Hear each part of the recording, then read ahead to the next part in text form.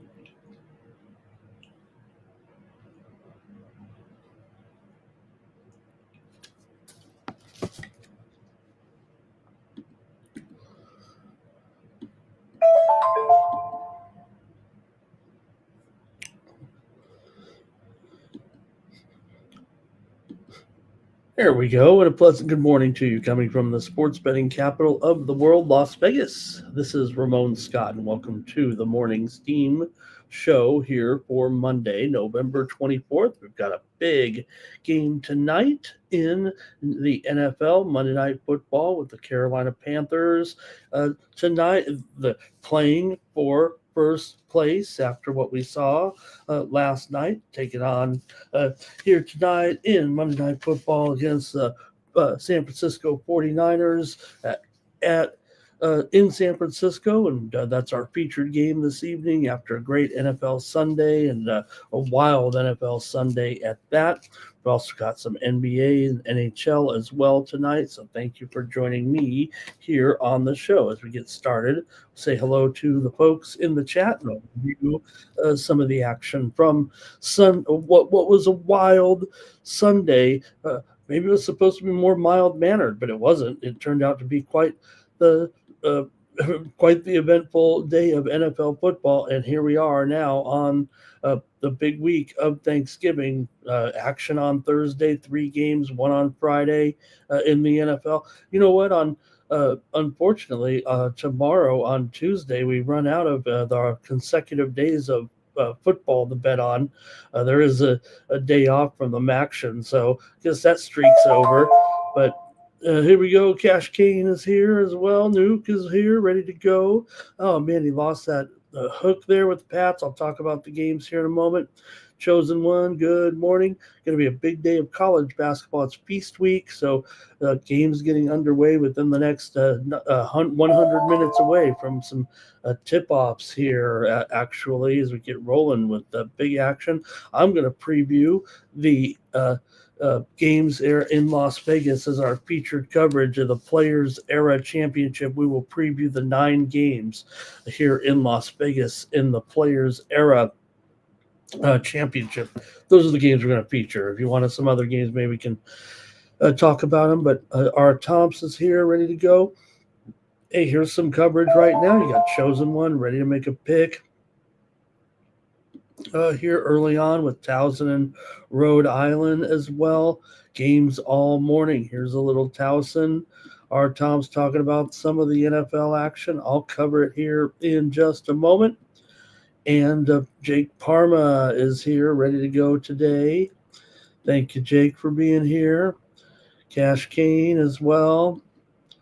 Gooey McDougal's ready to roll. Isn't there any tennis, Gooey? What, are we taking a day off from champ? I didn't really look, but we know from the regular tour. But let's see here. SF Niner ready to go tonight. I mean, if you're SF Niner, tonight should be a good night.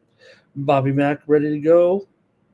And let me just talk about some of the games from yesterday from my perspective here, and what a wild one we had for the action here on Sunday in the NFL. And we'll take a look at those results here right now. And first, top of the Pittsburgh and the Bears in that one, and it was the Bears with the win, 31-28. Caleb Williams, 240 yards, 3 touchdowns. The Steelers had a couple of fumble recoveries and a safety, but still lost. And the Steelers, you talk about all-time series. Look, I didn't want to dwell on going too far back in time. The Steelers have only won one time in Chicago in 95 years. The Bears win again, and they are 8-3 this season. Man, the Bears continue to do it here right now, stunning the experts, if you will. We had here on the morning steam the Bears there yesterday, laying the 2.5, so I guess we got it done in the end. Jets and Ravens on Sunday, and it was the Ravens with the win, 23-10. The Ravens defense, a couple of takeaways, 3 sacks. Lamar Jackson, 153 yards passing in the win. Baltimore's won 5 in a row to go to 6-5 here right now. I think we pushed here on the morning steam with that spread of 13. How did you have it in that game with the Jets and the Ravens there in that one? All right, Giants and the Lions here. The Lions win in overtime, 34-27 as the Lions escape the big day from Jameis Winston, and news just breaking within the last hour here or so that the Giants have decided to make a change after. Look, the Giants have had a rough season, right? So, I don't know what you could blame it necessarily, but the Giants basically, they blew a lead against the Lions. They were up 27-17 with 11 minutes to go in the fourth quarter. They blew a game against the Bears when they were up 10 with 4 minutes to go in the game. They blew the 18-point lead against the Broncos with 5 minutes left in the game. They blew the 11-point lead against the Saints early on in that one. They were up in the first half, beating them, and they lost the game, remember, against the Cowboys with seconds left, 37-34 they were up, ended up losing that one, remember. So the Giants in turn have ended up firing their defensive coordinator. We'll talk about some other news as well with the coaches firings, but the Giants have fired Shane Bowen as defensive coordinator. They'll probably just go here and move on with making changes within the staff here, I'm sure, right now. In fact, I think they've actually said Charlie Bullen is going to be the interim defensive coordinator, the outside linebackers coach for the Giants. So we got to blame somebody right now, and the Giants have fired their defensive coordinator after what we saw there with another collapse. But Jameis Winston was a big hero. Obviously, did a great job there. In that game, turned out to be their wide receiver in that game, getting a touchdown as well, and he played well there. The Lions were still able to get the win. Jared Goff, 280 yards, 2 touchdowns. Winston had 366 yards, 2 touchdowns, and a 33-yard touchdown reception in the game. Jahmyr Gibbs continues to be one of the hottest backs in the game, 219 yards, 2 TDs. Giants had over 500 yards of total offense in the loss. Detroit's 7-4 here. Look, things are getting dicey in the NFC. I look at it as if the winner of the NFC South, is going to be the only one from that division to get into the playoffs, because you've got basically either Carolina or Tampa Bay, and the loser's probably not going to have a good enough record considering the other divisions, the North, how strong the North is here right now, and also the West. So let's get a little steam in here. I'm going to continue with some of the results here right now, but I've got some steam coming in here right now in the game between St. John's and Iowa State. I mentioned we're going to cover the Players Era Championship, and this is one of the games. The steam is coming in on the under here with St. John's and Iowa State this morning at the Players Era Championship. And right now, in that one at 4:30 Eastern, 1:30 Pacific, and we're seeing steam to the under here. In that one, it's down to 159 or so here. In that one, it was as high as 161 there. So a 2-point move to the under with St. John's and Iowa State. And also, moments ago, before that, it was Cincinnati taking some steam here in their matchup today against NJIT. Cincinnati was a 32.5-point favorite against NJIT. But this one's moving higher here right now as well. And Cincinnati is up to a 35-point favorite in that one, about 2.5-point move with that steam coming in on NJIT against or on Cincinnati, I'm sorry, against NJIT here today on the Morning Steam Show. All right, and also just moments ago, more at the Players Era Championship, steam came in on the over here between Creighton and Baylor. It was 153, but it's going up here in that one between Creighton and Baylor, and we're seeing that total here move higher. This one at 2 Eastern and 11 Pacific, and we're seeing the total move higher here in Creighton and Baylor, and that one right now we're seeing it at 156, so about a 3-point move there. Wow, in that one with Creighton and Baylor. All right. Wow. Exciting here at the Players Era Championship here in Las Vegas, being played at 2 arenas here in Las Vegas. Also, there was one more move here, and it was on Arizona.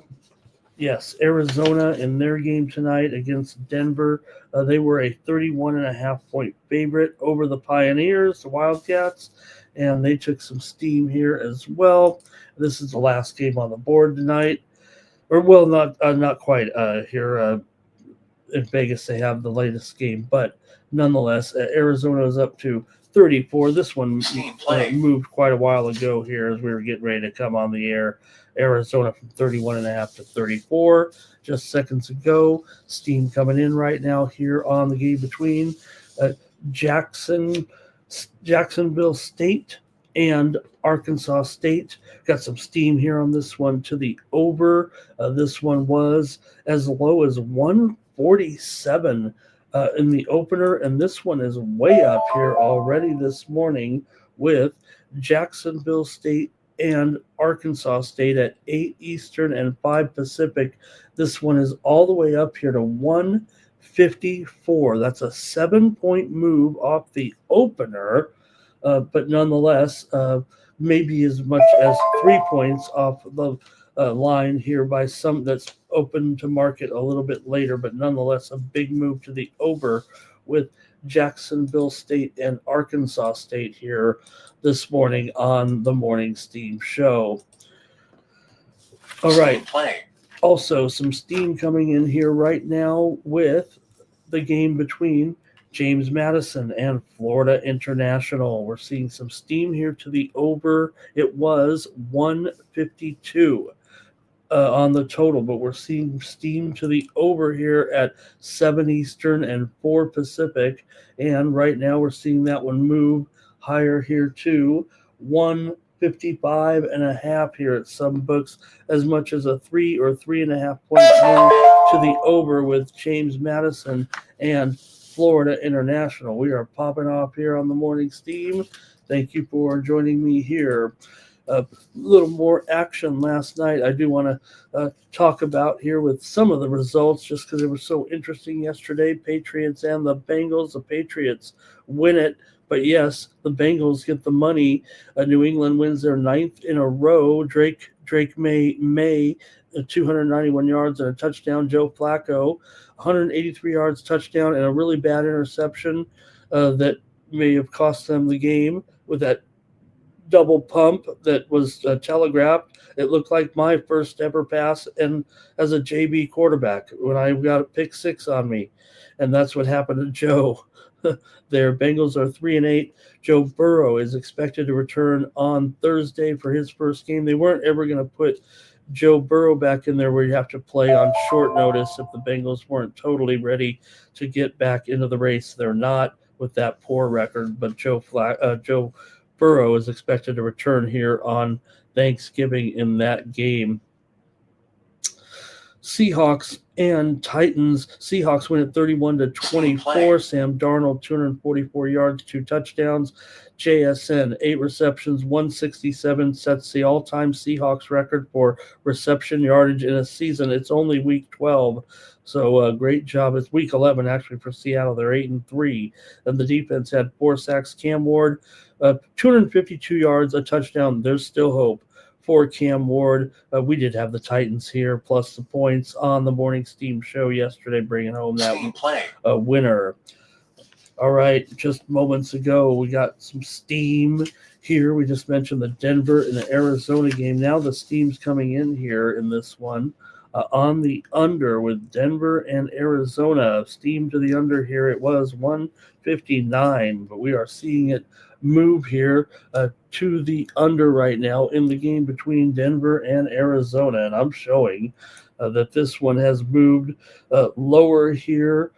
And the total currently, this one, again, 10 Eastern, 7 Pacific time. The total moving lower here now to 156. That's a 3-point move here to the under on the Morning Steam show. Also, just moments before that, it was UC Lafayette and UC Davis.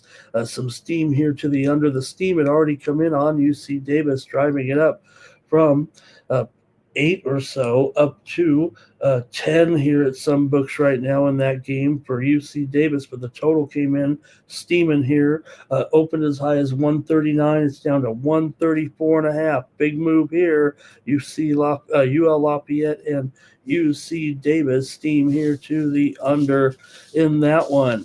Keep it coming in the chat. I'll read your comments in just a moment. Packers over the Vikings 23-6. The Packers defense, 2 interceptions, 5 sacks of J.J. McCarthy, and Emmanuel Wilson comes through with 107 yards, picking up the slack for the injuries in the backfield. Jacobs here, so McCarthy 87 yards, 2 interceptions. It's bad. I don't want to go against JJ here, but man, this has been a little bit rough for him this stretch since he's returned here again. So also Colts and Chiefs. Wow, Chiefs win it. Not incredibly, but the confidence that Mahomes shows there as they win it in overtime to improve to 6-5 and save the season from the jaws of despair. Mahomes 350 yards, Kareem Hunt 100 yards. The Chiefs trailed 20-9 in the fourth quarter. Kansas City did outgain the Colts by nearly 250 yards, and they ran 94 plays. They survived 2 turnovers. They killed 2 potential scoring drives and still find a way to win there. It might have landed right on the money at 3 in that one. Afternoon action, Jaguars and Cardinals. It was the Jags getting the win in overtime, 27-24. Trevor Lawrence, 250 yards, 3 TDs, but 3 interceptions. Defense did have 6 sacks of Jacoby Brissett, who had 317 yards and a touchdown, but spent a lot of time on his back in that game. Also, what a day for Shedeur Sanders. We talked about him here yesterday. I'm not going to take a victory lap. I didn't think that the Browns would do it. I didn't think that Shedeur would do it. Not that I don't think that Shedeur could do it, and he sure proved us wrong to a certain extent. They were playing the Raiders. I get that. But he went out there with confidence and did the job. And I thought the most important statistic of this game for Shedeur, say what you want about having to play the Raiders, but the Browns had 17 consecutive first-time quarterbacks lose, and we know that they had drafted a bevy of top draft picks at the quarterback position, guys who had gone in the first round, second round, third round, fifth round. that the Browns have drafted in that span since the turn of the century. 25 years, they've never had a first-time quarterback go out there and win. 17 consecutive quarterbacks in that role for the Browns have gone down, but it took Shedeur Sanders to get the win there to break that streak. So credit Sanders.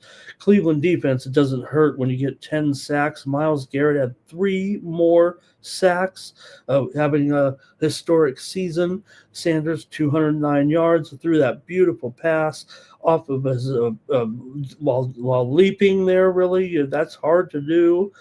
Geno Smith, 285 yards and a touchdown. Ashton Genty did have 108 all-purpose yards, but Sanders, also the jump and run, 66-yard pass as well, not to mention the 59-yard completion, another kind of milestone for the Browns as far as the long pass is concerned. The Browns had not been able to put a long pass together even for several seasons here right now. So Sanders he did some things that we have not seen from Browns quarterback at the as a rookie or at all.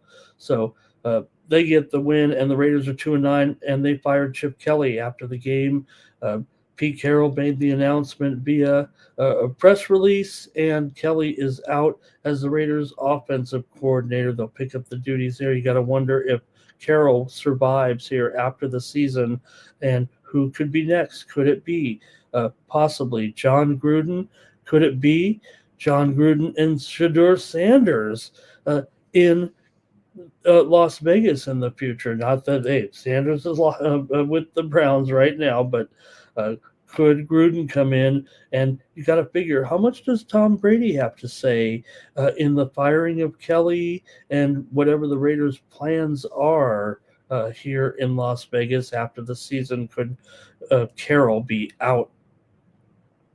Falcons over the Saints, 24-10. Kirk Cousins, 200 yards, 2 touchdowns. Tyler Shuck, 243 yards, but an interception, a fumble, was sacked 5 times. And we did have the under here on the morning steam in that one. Also, the big one, Eagles blow a 21-0 lead. Cowboys come back to win in the game there. 24-21 with the comeback. Dallas saves their season as well to get a crucial victory. Dak Prescott and the Cowboys scored 24 points in a row. Brandon Aubrey, field goals in there, big field goal in there, 42 yards. Dak Prescott, 350 yards, 2 TDs. Pickens, 9 receptions, 146 yards. CD, 4 receptions, 75 yards. Hurts, 250 yards, touchdown, and also 33 yards rushing. Eagles are okay still, 8-3, but they've let Cowboys right back into the race. And it's got to be a little bit of a damage blow to your confidence there, losing that one. And then late night, it was the Rams blasting the Bucks. We did have the under here on the morning steam show yesterday as the Rams got that win late night there over the Bucks. Matthew Stafford came out throwing lasers there, threw for a bunch of touchdowns, 270 yards in the first half alone, and the defense had 3 sacks and 2 takeaways. Baker injured his left arm. We'll have to see what goes on here this week, see what his status is. The Buccaneers, like I said, they could be in second place after the game tonight if the Panthers can pull off an upset. So Stafford, 30 touchdowns this season, 2 interceptions. That is an incredible day of football. Let's hear from you in the chat. Your winners, your whiners. Can I say that on this channel?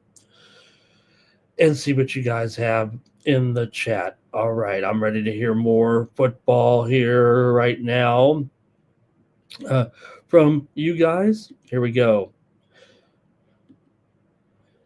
Steam play. Let's get the early basket. We've got Steam coming through. Hey, everyone, like Steam this play. video, subscribe to our channel, Sports Money, here on YouTube. Fastest growing sports betting channel on YouTube.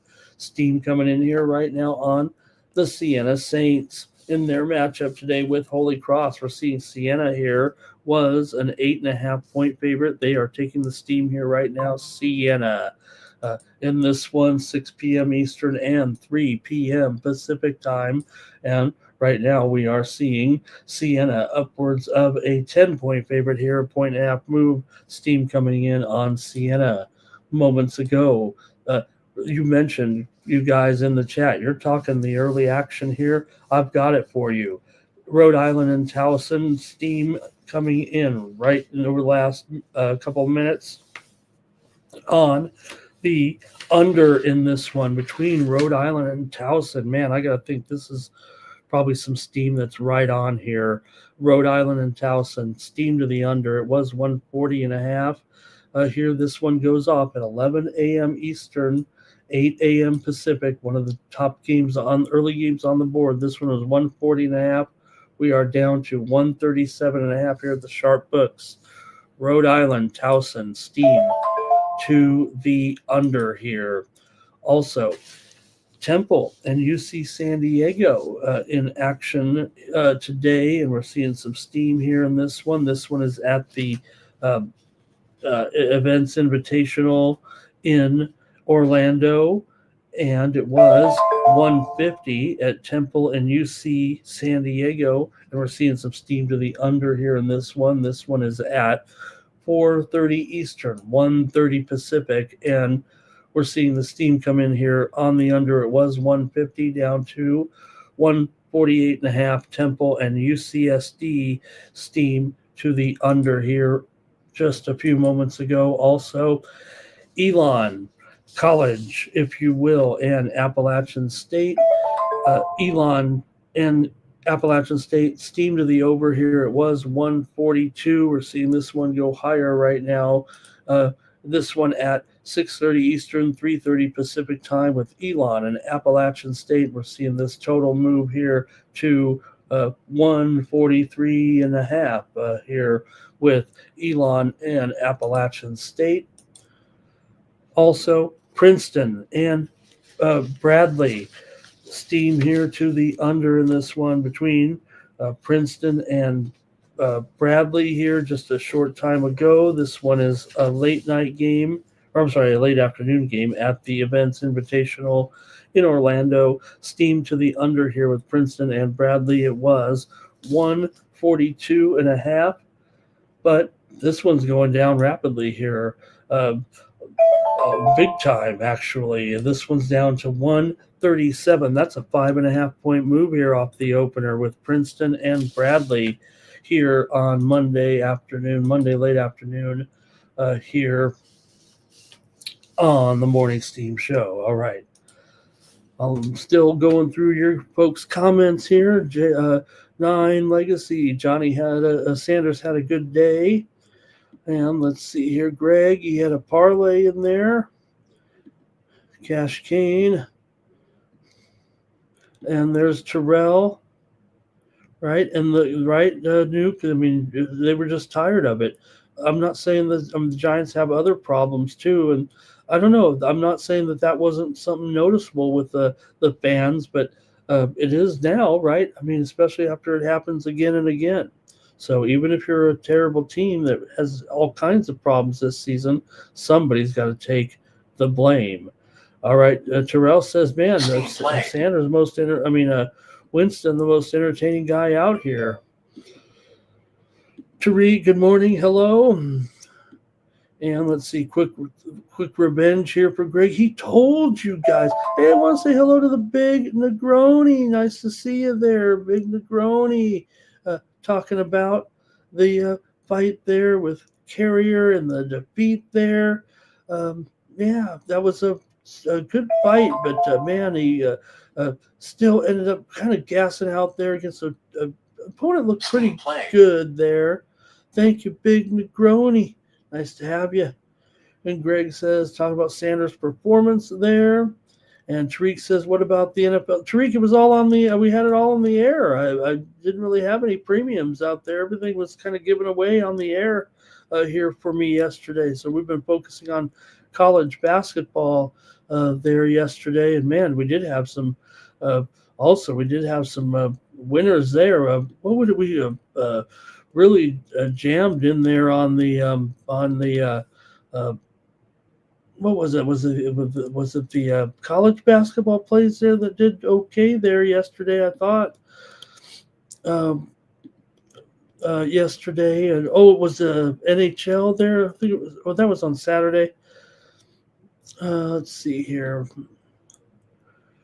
Action Jackson here today, and talking about it right with the four big quarterbacks. But look, you know what? All they got to do is get in the playoffs against the AFC against these inexperienced quarterbacks. It feels like to me. And let's see if Sharp comes back for Portland. They'll blow out the Bucks. Thanks for all your comments. Seth Dominus here. Nice to see you in the chat. Dylon's here today. Thank you.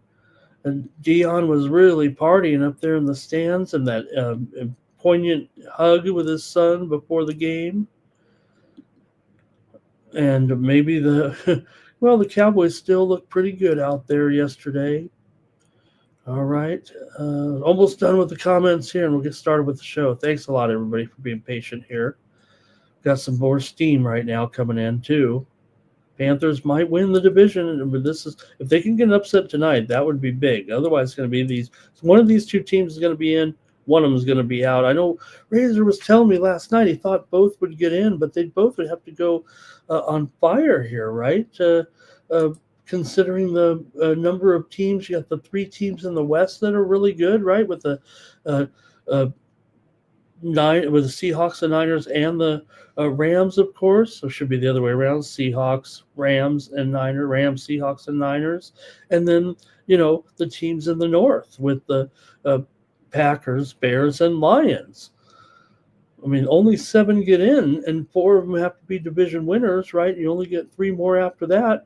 And you got to figure out of the 2 teams in the West, they're better than the loser, the second place team in the South, and the 2 teams in the North are going to be better than the second place team in the South, most likely. Long way to go. All right, 49ers there. AOD, hello. And Action Jackson going 6-7. Okay, he's got his new name there, 6-7. Everybody knows the deal with 6-7. All right, let's see. Chosen One says, look at this, numbers okay here. Justin's in the chat. Good morning to Justin. Rhode Island taking money here this morning. And Notre Dame with that big 70 spot. That was something, wasn't it? Okay, yeah, Tariq, I'll try to see if I can, include some of that. I just don't want to get everybody confused, but I know I could do a better job on that. Everybody's paying good money for my picks here. And, okay, let me get started. We got to get started here, right? A little bit more steam here real quick, then we'll get rolling right now. USC and Boise, we're seeing some steam to the under here right now. And, hey, full disclosure, we got Tariq talking about the picks. I've already sent out this under on USC and Boise State, and we're seeing some steam to the under in that game right now in USC and Boise. And hey, that's why I'm try to send out some picks early, right? Try to make sure we get on top of these line moves, because this one's down here right now to 154.5. Here it was as high as 156 or so. Let me see. Oh wow, that one got dummied up big time, man. I'm sorry, I got the worst of that number with you guys. That one went all the way up there to 155.5, but then got beat down here right now. Is that right? Let me make sure I'm getting this right, and then I'll get back to it. There's some other moves coming in right now. Temple here taking the steam right now in their game against UC San Diego. We already talked about that game with the steam going under, and now Temple is taking some steam here. Temple was a 1.5-point dog, but right now Temple might be moving here to a favorite in this one at 4:30 Eastern and 1:30 Pacific. We're seeing Temple 1.5-point favorite against UC San Diego right now. Also, Seton Hall in North Carolina, we're seeing some steam here to the over in this one. Another one you can get there. This one makes a little more sense. Steam coming in on the over here with Seton Hall and NC State at 2:30 Eastern, 11:30 Pacific. Hey, that one already made our card as well. Our early send out here that I had with my premium picks today on Winnable, and we're seeing this one here right now move higher. Seton Hall and NC State. Right now, this one's as high here as 146.5. So I think we beat that one. Hopefully, we're on it there with the premiums there. I think we sent out 142.5. This one's already up to 146. So I know we did beat the lines here a little bit on some of those. That's what I'm trying to do. Make sure we get some CLB as well.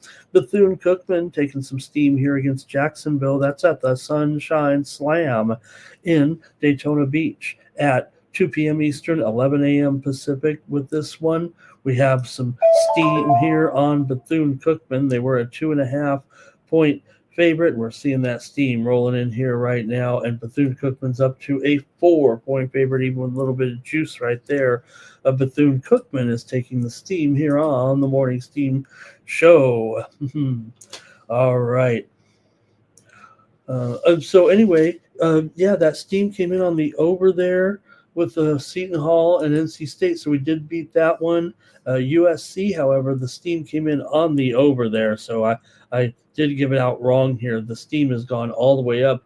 This only makes for value here, but if you played it early with me on the early release, actually, we're getting the worst of the number in that one. I didn't see this coming, as USC and Boise is all the way up here now to 156, and it was as low as 150.5. So, I'm usually pretty good on this steam stuff, but maybe they're jumped the gun a little bit. I want to beat some of the market here because a lot of these early games this morning. Also, George Mason and Ohio steam to the under here. It was 145.5, and the steam came in. George Mason and Ohio, 6 p.m. Eastern, 3 p.m. Pacific time, and that steam came rolling in here on the under in that one between Mason and Ohio, and we're seeing that one right now here down to 142.5 from 145.5. Okay, we'll have more right now with Troy and Toledo. Here's some steam right this second. And this one goes off at 11 Eastern, 8 a.m. Pacific, so this is important. Steam to the over here right now at 160.5. It got steamed. It's on the move right now. If you can catch it, you might even get some live CLB with us. But here we go. The steam moving over, and right now it's up to 161.5. It's still going to go a little bit higher. I think we're kind of on top of this here with Troy and Toledo. All right, man, this is going to be a fun day of college basketball. You guys are going good in the chat here right now.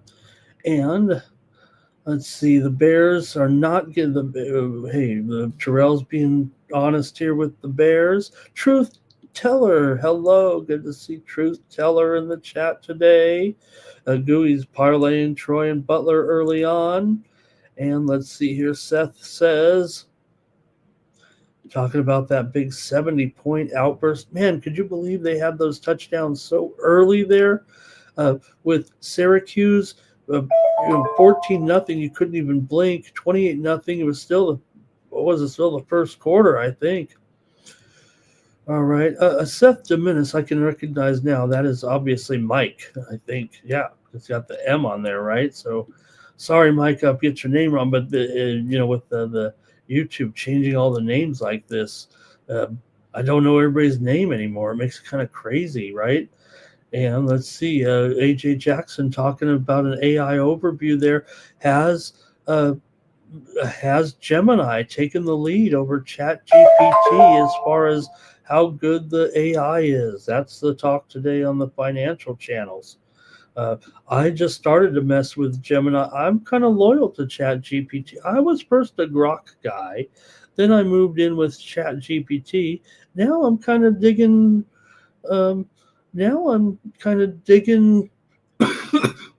Gemini. So maybe I'm moving on to my next AI. Okay, let's go. Let's start. Here we go. Tonight, Panthers and 49ers here in San Jose here in this one. You got the Niners favored here by 7 or 7.5. Is it 7 now? Is it down to 7? Has there been a little bit of a move here today on Carolina? Maybe just with a little bit of motivation overall.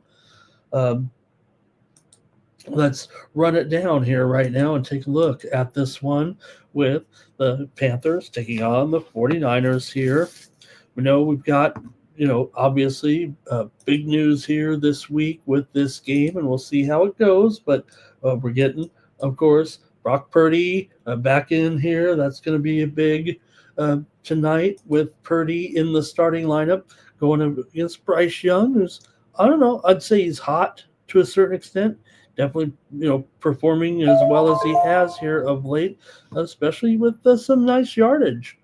But still, I think we're looking at 7.5 here right now in the total. 50, mostly 7.5. There might be some juiced up 7s out there. Both teams coming in here off of a win. All right, some steam here real quick. Bucknell and Bowling Green. Seeing some steam in this one with Bucknell and Bowling Green. This is at noon Eastern, 9 Pacific, and here is steam to the under in this one. It was 147.5. We're seeing steam here right now to the under. Again, this is an early start. Noon Eastern and 9 Pacific, and we're seeing it go down here to 145.5, about a 2-point move in this one with Bucknell and Bowling Green. Bowling Green favored by 7. That one is being played in Fort Myers, Florida. They're having a series of games there here this afternoon.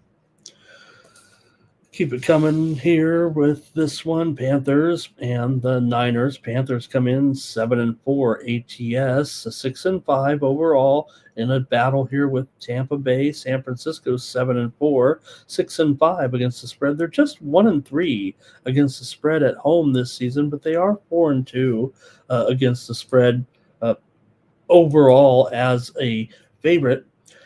Carolina's covered 5 of their last 7. San Francisco's actually failed in 7 of their last 13, or 7 of their last 20, dating back to last season. They're also just 1-5 ATS at home, dating back to last season.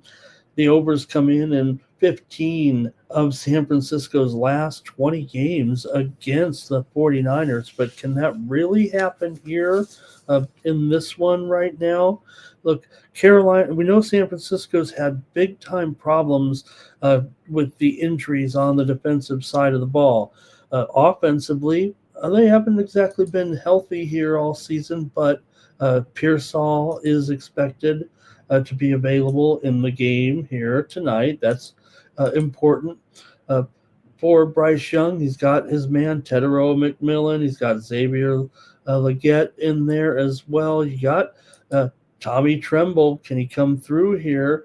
I know it's going to be a easier matchup for Tremble. I like his matchup here tonight for Carolina. Brock Purdy doesn't have exactly the best matchup, but when you've got Jennings and Pearsall and Kendrick Bourne, can Bourne even contribute here tonight?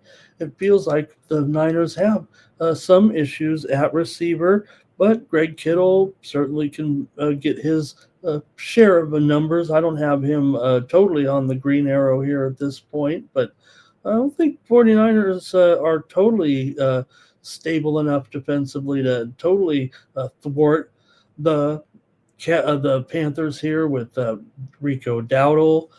Probably in line for an okay game here, I would think.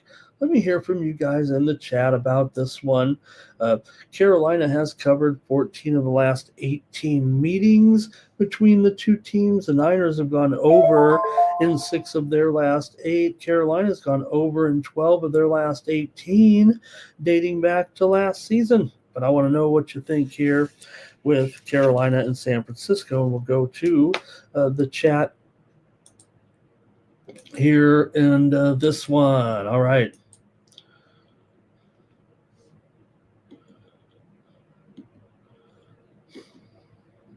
Okay, here we go. Juwan Jennings Steam over play. here right now for SF Niner.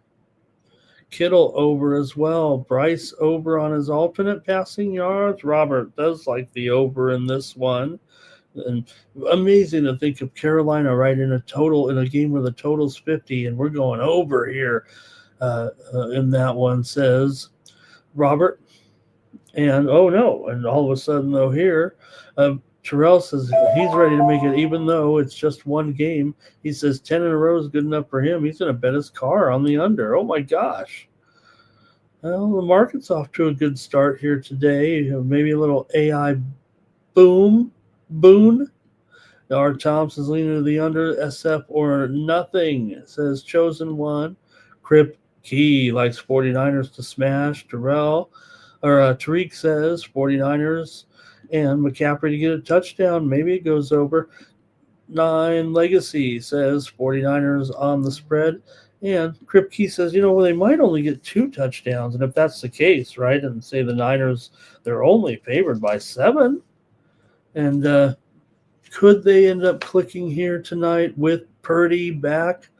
And Nuke says Niners double result. Look, I think Carolina's done a really nice job. I hope they continue to do well. I got to take the Niners in a blowout here with the return of Purdy. Look, I'm not putting Purdy. Hey, Mac did his job. Mac did the job. Okay, Mac did a good job. There's no doubt about it. But it does feel like here the Niners need a boost, and I think Purdy gives them that at least here tonight. A little bit of a bump. I'll say the bump is the difference here. I don't think the spread would be any less with Mac Jones. Maybe it'd be 7. I don't even know if it'd be 6.5 with Mac Jones in there. But Purdy here back, I think it gives them a boost tonight. I'm going to take the Niners to cover the spread here against the Panthers. And hey, look, I'm impressed that the Panthers have held on this long, and they've obviously been dramatically improved this season to be hanging out here in a close to first place battle. All right, here's a little bit more steam. This is another early game, you guys. We already talked about the steam to the over in the Troy-Toledo game. Now here comes steam on Toledo. This one's at 11 Eastern, 8 Pacific, coming up here in just an hour. And Toledo's getting steamed right now. They were as high as a 5-point dog in this one. And, man, this one, talk about a mover here. We're seeing Troy here only favored by 2 here right now. And, I watched the other night. This move is interesting. Interesting to me because I watched Troy just the other night beat my San Diego State Aztecs in double overtime.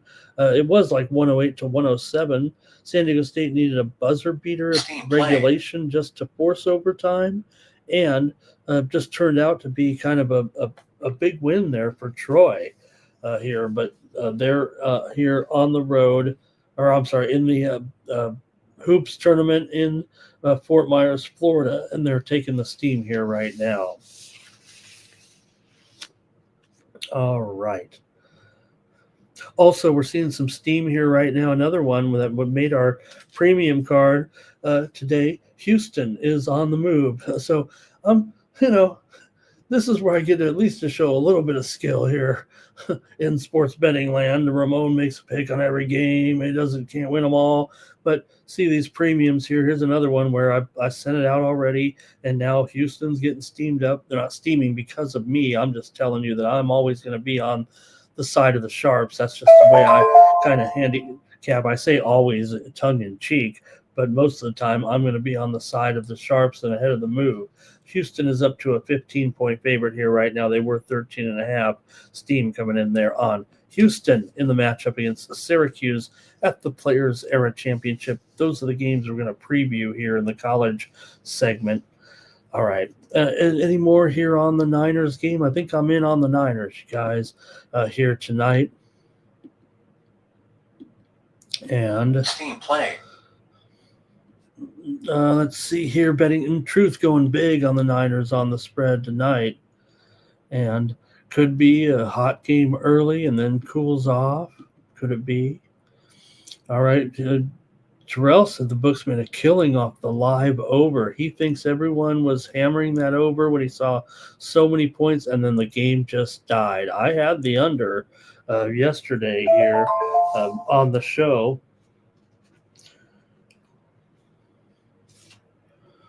All right. And Negroni says he thinks the Panthers are big Negroni. They are getting better, and they're improved. But the Niners are really in a real bad. They're the third place team right now in the West, so I think they're feeling the heat. You make sure you got to stay ahead of the other teams in the NFC as well. All right, thank you, gang, for that. We'll move on here if you're ready to go to the NBA. Looks like you guys are done with the comments there in the National Football League game tonight. Here we go. Let's go. NBA big card here for a Monday night. Steam play. Hey, there's some steam coming in right now. I just talked about my San Diego State Aztecs, and they're getting steamed here right now against Michigan. They were getting 7 here. This is San Diego State after all. For me, I can see the irony here in this one. Of course, San Diego State, long coached by Steve Fisher, who, of course, coached the Fab Five to their championship before he came to San Diego State years later. But Michigan and San Diego State, looking forward to this one. But San Diego State's getting steamed here right now. They were a 7-point favorite, but right now they're down to 5.5 here in a lot of spots. About a 1.5-point move to San Diego State tonight. We'll preview the Players Era tournament here in a little while. All right, Bobby Mack says McCaffrey to have a good game tonight in the football game. Here we go. NBA.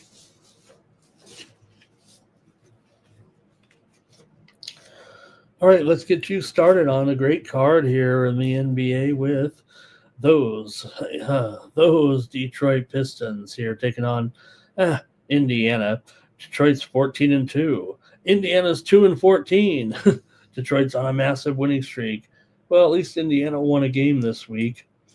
Coming in here, Detroit really clicking here at this point. Indiana is a bit of a slump, but like I said, they did win a game here the other night against Charlotte, of all teams.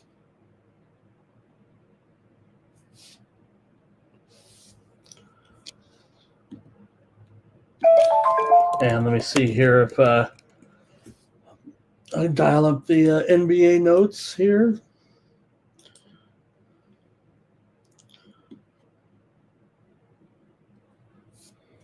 And just starting to see is this kind of breaking news here right now? I think it is. I'm not saying it's a big news, but let me see here. Okay, it's about maybe a little more than it looks like maybe within the last couple of hours. Okay, I did miss this one, but reggae legend Jimmy Cliff passes away at 81. And I'm kind of hip to it all, and I love the reggae sound. Told Razor last night on the air, we were on the air. We'll be on the air again tonight with Razor. Mike's off tonight. No pre-gaming tonight, by the way, and we'll be on though with Razor. But I said, and maybe controversial, even with my viewers that kind of maybe agree with me sometimes, but I think Bad Bunny's going to crush the NFL halftime, actually. And I think everyone who thinks not, I know it's going to be tough because, a lot of the songs are in Spanish. But compared to kind of some of the tired and old hip-hop guys, ones we've seen over the last couple of years, I promise you, man, I really think that Bad Bunny's going to crush the NFL halftime. I know sometimes I am that guy looking for attention, making outrageous statements or to kind of set off the chat or something like that. But I believe it. I think this guy's a performer. I know his comments were controversial, but I listen to this guy a lot. I don't even know the words of the songs, but some of the people I hang out with kind of like the music, and it's always playing, and I enjoy it tremendously. And I don't even know My Spanish should be a lot better for someone who has Hispanic heritage. Uh, uh, uh, Let me continue on, though. I digress, I think is what I'm supposed to say there. All right, and let's see here. Justin wondering about Bad Bunny. Okay, let's see here. SF Niner, we got Monday night action over in Europe. Justin's got a little prop action tonight. He's also got the Niners. He's got the Pacers. He thinks Bad Bunny's a weirdo. I like the people say, go back to your own country. Well, Puerto Rico is, after all, a territory, a U.S. territory. All right, Robert got the over here. We're already going here with the Pacers and the Pistons. Man, thanks a lot, you guys. And Dylon there talking about one of his favorite fighters. SF Niner took Panthers and Bryce. And Dylan, I think Dylon didn't think I would like Bad Bunny, or maybe that's a favorite that I would like Bad Bunny. I had to be quiet one night when I announced it. Remember, I was on there and I announced that Bad Bunny would be. I kind of had a tip a little bit there, and I said Bad Bunny. We were on one of the shows, and I said, "What? Bad Bunny? Who's going to be the halftime? It's going to be announced." It was on a Sunday night game, and I said, "Oh, I think it'll be Bad Bunny." I had already known that it was going to be Bad Bunny, and I'm going to say the hate kind of came rolling in on the rest of the crew, so I just had to bite my tongue. But last night I was on there with Razor. I said, now's a good time to kind of defend. I think there will be a lot of criticism because of the nature of the show. But okay, let's go. Let me go here with the Pistons. And man, can you believe these Pistons right now continue this incredible run here, 12-4 against the spread, as well as that 14-2 record. They're 9-3 against the spread as a favorite. Pacers are 7-9 ATS, 3-7 ATS. They're 2-12 straight up as an underdog, 2-5 straight up at home. It's been rough for this Pacers team, but I don't know, 10 points. Does that interest you here with these Pistons? I mean, how hot can you get if you're the Detroit Pistons here, right? I mean, it's been an incredible run, no doubt about it, and it doesn't seem like it's going to end anytime soon right now for the Pistons, especially with this Indiana team trying to get in the way. But 10 straight wins. Pacers have lost 9 of 10. Pacers just 2-7 ATS in their last 9. Detroit's covered 5 straight. I will say this: Detroit 2-7 against the spread against Indiana in their last 9. Indiana 7-2, covered 7 of the last 9 against the Pistons, but that wasn't old. That was the other Pacers team, right? Not this team. It feels like, right? So still double digits here. The Pacers haven't gotten any healthier as well as better, right? I don't think, anyway. Nesmith is out still. He's been out here now for over 10 days. That's been a factor for them.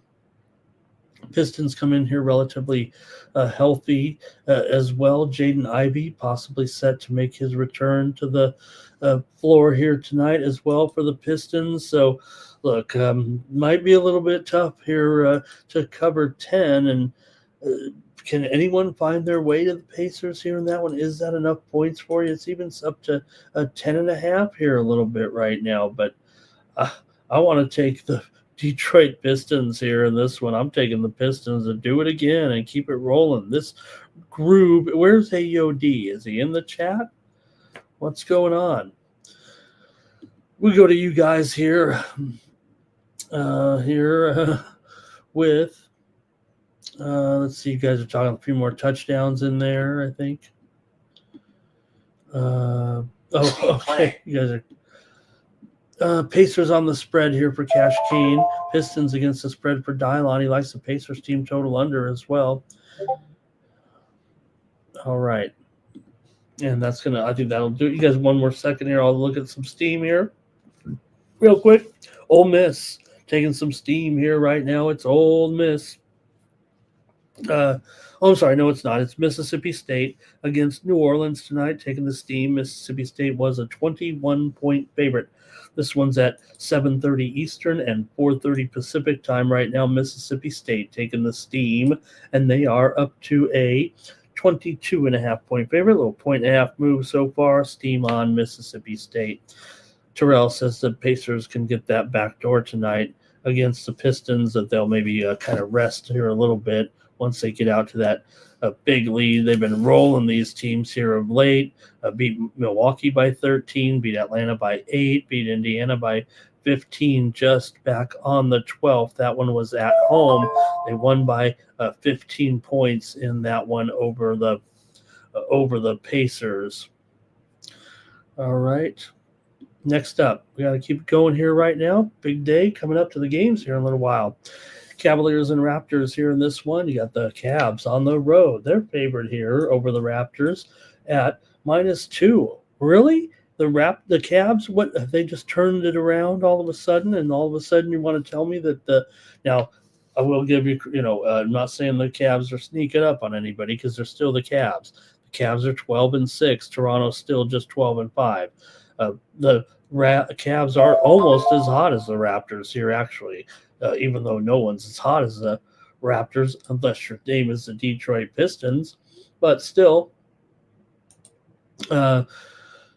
for Toronto here right now, it's a 7-game winning streak. Cleveland's won 4 of their last 5. They've also beaten the Raptors in 5 of the last 7, as they should. Toronto, though, covered 9 of their last 12. Cleveland just not great to the number. The funny thing is about Cleveland here, is decent as a start this is, 12-6 overall. They're just 6-12 against the spread. They've been overrated a little bit so far this season. So I think Toronto still can keep it going. It's not like they're injured here or anything. Now, could look at a few guys here. RJ Barrett is questionable tonight here for Toronto. Meanwhile, for Cleveland, Porter questionable, Merrill questionable, Lonzo Ball questionable, Jared Allen is questionable. They do have some guys that kind of trying to make sure they get in this lineup tonight. So I'm taking Toronto to keep this going. I mean, they're at home here. There's no fluke here. It feels like Toronto's got a pretty good team. Cleveland, excellent as well. Can you imagine this division here with Cleveland, Toronto, Detroit looking good?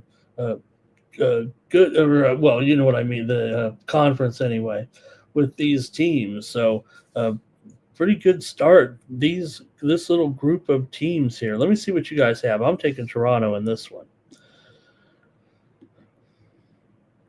Dylon says Pistons easy money here in this one. He likes the Pacers team total.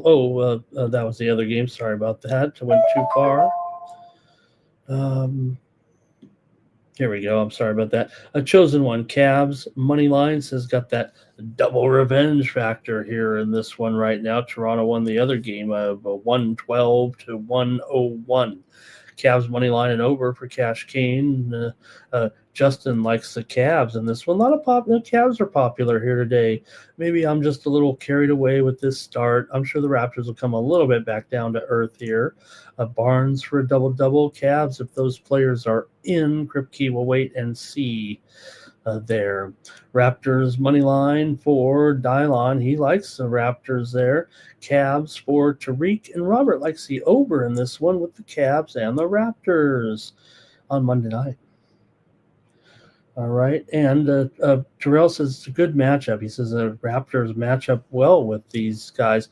Raptors haven't played anybody in the last 5 with these last games. I mean, they played Brooklyn, Washington, Philadelphia, Charlotte, Indiana. It doesn't get much easier than that right now, so that's been a bit of a boost, too, for their win-loss record, huh? No doubt, Cavs probably better in the long run, but still, it's been a great start to the season here for Toronto. They're 9-1 straight up in their last 10 games. 4 of the last 6 games have gone over. Cleveland's gone under in 5 straight. Toronto's gone under in 8 of their last 12. Let's keep it moving here right now in the NBA with the Mavericks taking on the Heat. The Heat are up to, it looks like, a 9-point favorite. This total has been on the move here as well so far.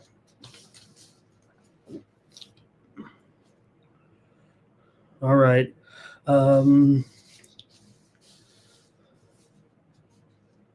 Yeah, some steam just came in. It's on one of those games in the uh, Players Era Championship. I said the steam already came in on my pick on Houston. Now the steam's coming in on my other pick here that I haven't even given out yet. Houston and Syracuse. This is my pick here on the morning steam show. The steam has come in on the over. I better just announce it now because it was 138, and this one's going to go higher. We'll probably end up skipping this one kind of when we get there at 6 p.m. Eastern, 3 Pacific right now. Steam to the over here with Houston and Syracuse. It's up to 142, a little 3.5 point move. I like the over with Houston. Look, we've seen Houston. We know they can really put a stymie on you and keep you down and get a crazy under right now, but Houston averaging pretty strong points too, and I do like this one to go over today. The steam's coming on the over in Houston, Syracuse. It's all the way up to 142 right now, so I'm taking the over in that one. Syracuse basketball, not football, where they were terrible. All right. All right, here we go in this one with the Mavs and the Heat. You guys are already starting to chime in there in the chat. You got the Heat here favored by 9, total 241.5. The Miami Heat have won 4 straight games right now. Pretty strong here at this point. They're also 7-1 against the spread at home, 5-1 against the spread as a favorite. Dallas just 7-11 against the spread overall here right now. So see what you have in this one, but Miami, a considerable favorite here, almost double digits against the struggling Dallas Mavericks. Dallas has lost 10 of their last 13. They're just 2-5 ATS in their last 11. Dallas has covered 5 of the last 7 against the Heat. Overall, Miami's 4-1 straight up, 4-1 against the spread in their last 5. Here, they've also won 10 of their last 14 at home here against the Dallas Mavericks. Let's see what you have here in this one between Dallas and Miami here today. Still got to lay a pretty big number, but man, Miami, they're definitely having some issues on the road. Hey, Oral Roberts and Florida Gulf Coast. How about some steam to the under in that one between Oral and Gulf Coast? This one's at 7 p.m. Eastern, 4 Pacific. The steam came in on the under just moments ago between Oral Roberts and Florida Gulf Coast. We're currently seeing that one down here too. 154. Wow, you can beat this market here. They will open as high as 159.5, and right now it's down to 154. A 5.5 point move off the opener, and about maybe a 2.5 point move here right now. And some of the books, man, are still trailing these leading indicators here with Oral Roberts and Gulf Coast to the under. Your plays are coming in here on the Heat and the Mavs here right now. All right, here we go. Nine Legacy says the Raptors will be undefeated, unheralded, underrated. They'll finish in the top 6. The Bulls are, let's see, all the Bulls are on that. Let's see. Over in Houston for Dylon. Heat and Chosen one day. Let me not bury the lead. Man, I blew that one, huh? Tyler Hero expected back. He is expected back tonight. Guess he could have a small setback, but even though he's still questionable on the list, it does seem like all systems are go here for Tyler Hero tonight. And if that could also make the spread go to 10 once he's officially ruled in. Dylon likes the Houston team total over. Tariq likes the Heat. And let's see, Gooey says he's ready for those early games. He's on Troy. And Bobby Mack says give him the Heat here. And Nine Legacy's on the Heat as well. So's Action Jackson. Look at all this heat. Miami owns Philly. He told us, Greg. And there is a little bit of Mavs action here from Cash Kane. Mavs to cover for Terrell. Says you get a player back, kind of messing up the rhythm of the rest of the guys trying to fit him in. All right, Clay over at his 3-pointers, and he'll also have some poignant comments. How about those comments about John Morant he made? Popping off, running his mouth, he said. I'm taking the Miami Heat to rock here tonight. I've got the Heat in this one over the Dallas Mavericks by double digits here. Next up, the next. How about Tom Brady got in trouble there yesterday? He was trying to say, I believe he was trying to say there's a player. I might be getting it wrong now. I think there's a player on the game he was broadcasting called Duggar. I think a player Duggar, I think is his name. But he accidentally said Duggar with an N, and it didn't sound great. Everybody gets up in arms. It's funny, right? How Tom Brady not going to get canceled or anything like that, but sometimes we say the wrong thing. It's obvious it was a slip of the tongue, and everyone wants to rule it like our brain is wired to say a specific word that nobody wants to hear anymore. And yeah, you really just had a slip of the tongue. So it was really, really bad. And, to put memes up there about, putting Tom in blackface and everything because he tried to say Duggar and he might have said Nugger. Okay, I just said it.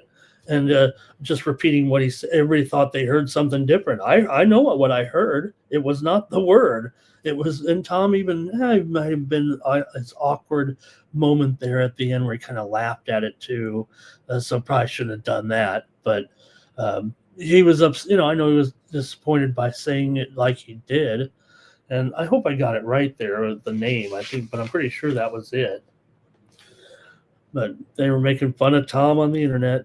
All right, Knicks and Nets here in this one, and the Knicks favored by 13 here. The Knicks come in 9-6.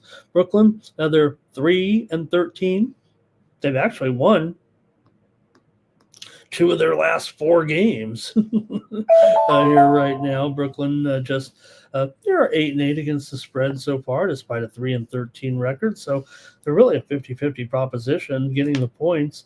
And if anything, the Knicks here are 0-6 against the spread on the road. Is that enough to take the Nets here plus 13?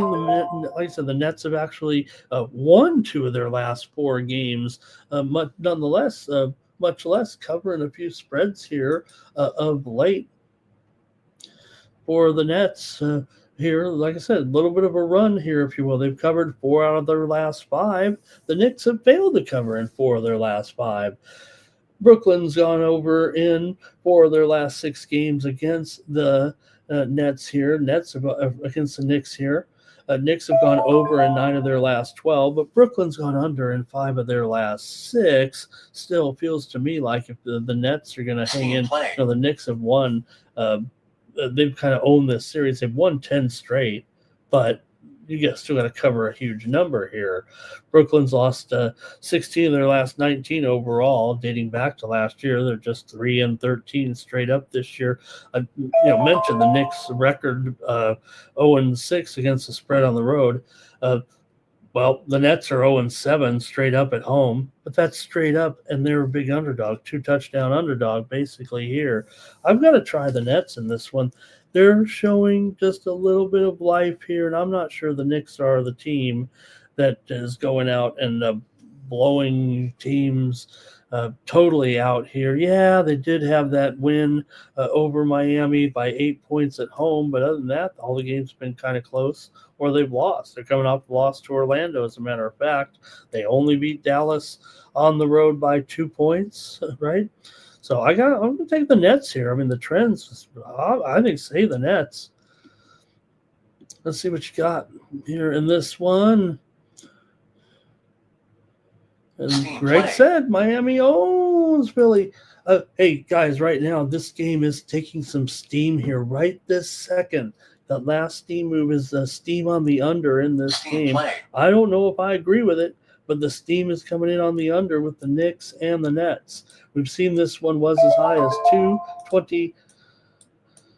229.5, but right now it's down to 228 here, and I imagine it could go lower. It's DraftKings and it's Circa. They're moving to the under, and the Knicks and the Nets right now. Steam coming in on the under. Also, Just moments after that, Bellarmine and Citadel. Steam to the under here with Bellarmine and Citadel. This one at 7 p.m. Eastern, 4 p.m. Pacific. We're seeing a steam move to the under here with Bellarmine and Citadel. This one here is quickly down to 150. 155 and a half. It was 156 and a half. It's going down here, maybe 155 and a half, just a 1 point move, but we're on top of it here. That's why we really got this one in early with Bellarmine here on the road at the Citadel favored, but steam on the under with Bellarmine and Citadel. All right, let's see more comments from you, please. Greg's a little behind us in that football game. Jermaine likes BI there. He's still talking Shador. Nick's got to be fresh, says Mike. Says Lovable. Hi, Lovable. Jermaine said hero back. Here's Brunson under. Here's Nick's over for Justin. It was Justin. Oh no, Nick Justin's on the over. And just wait a second, Justin. We're gonna get a better number here. So I might be agreeing with Justin here. Lovell says the Nets have been trending in the right direction here. It's promising, right? I don't know. They might be the worst team. Textiles, good morning. Robert's on the under here. Knicks for Ready Samedi, my favorite agenda-free TV partner there. Tariq says Nets, a lot of points for the Knicks. That's not what they do, right? It's hard enough for the Knicks sometimes to win. Terrell says Cat to go over here. He cooks against these bums, against bum teams. Greg's got this one here. I think that's a Nets pick right there. That's an under, though, more than anything. And good morning to Stop Geo.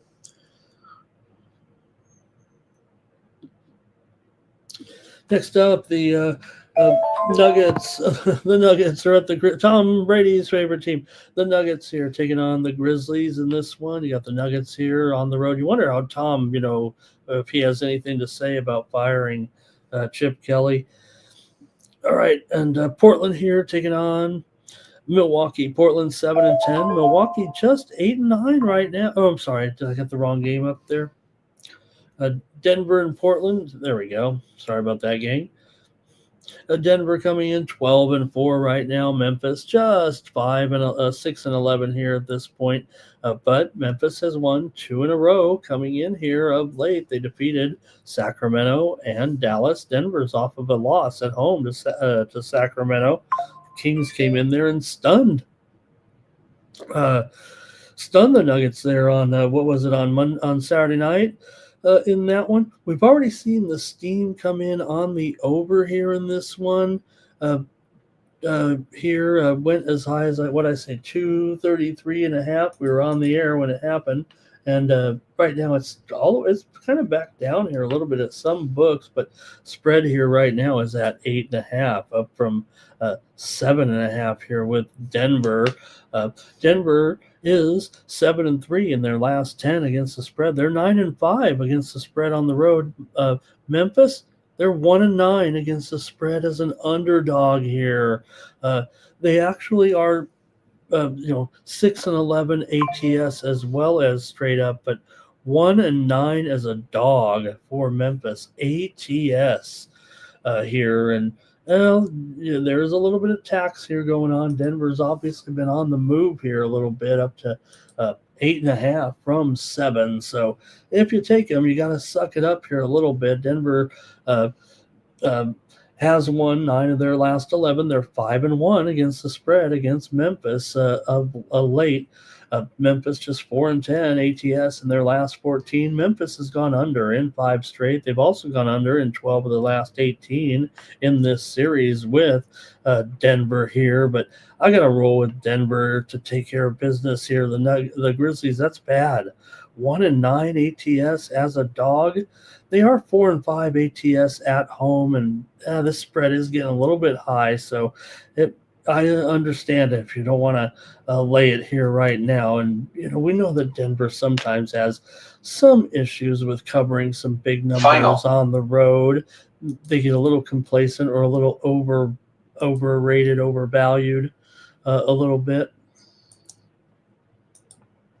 Let's hear from you in the chat. And let me see here. Okay. Let me hear from you in the chat. Thanks a lot, everybody. Greg liked the Knicks back there by 12. Cash Kane likes the Grizzlies. Tariq was on the Nuggets here, team total over. Greg likes Denver here, I think, to get that money here. They like some double digits. They're favored by single digits. I'll take that.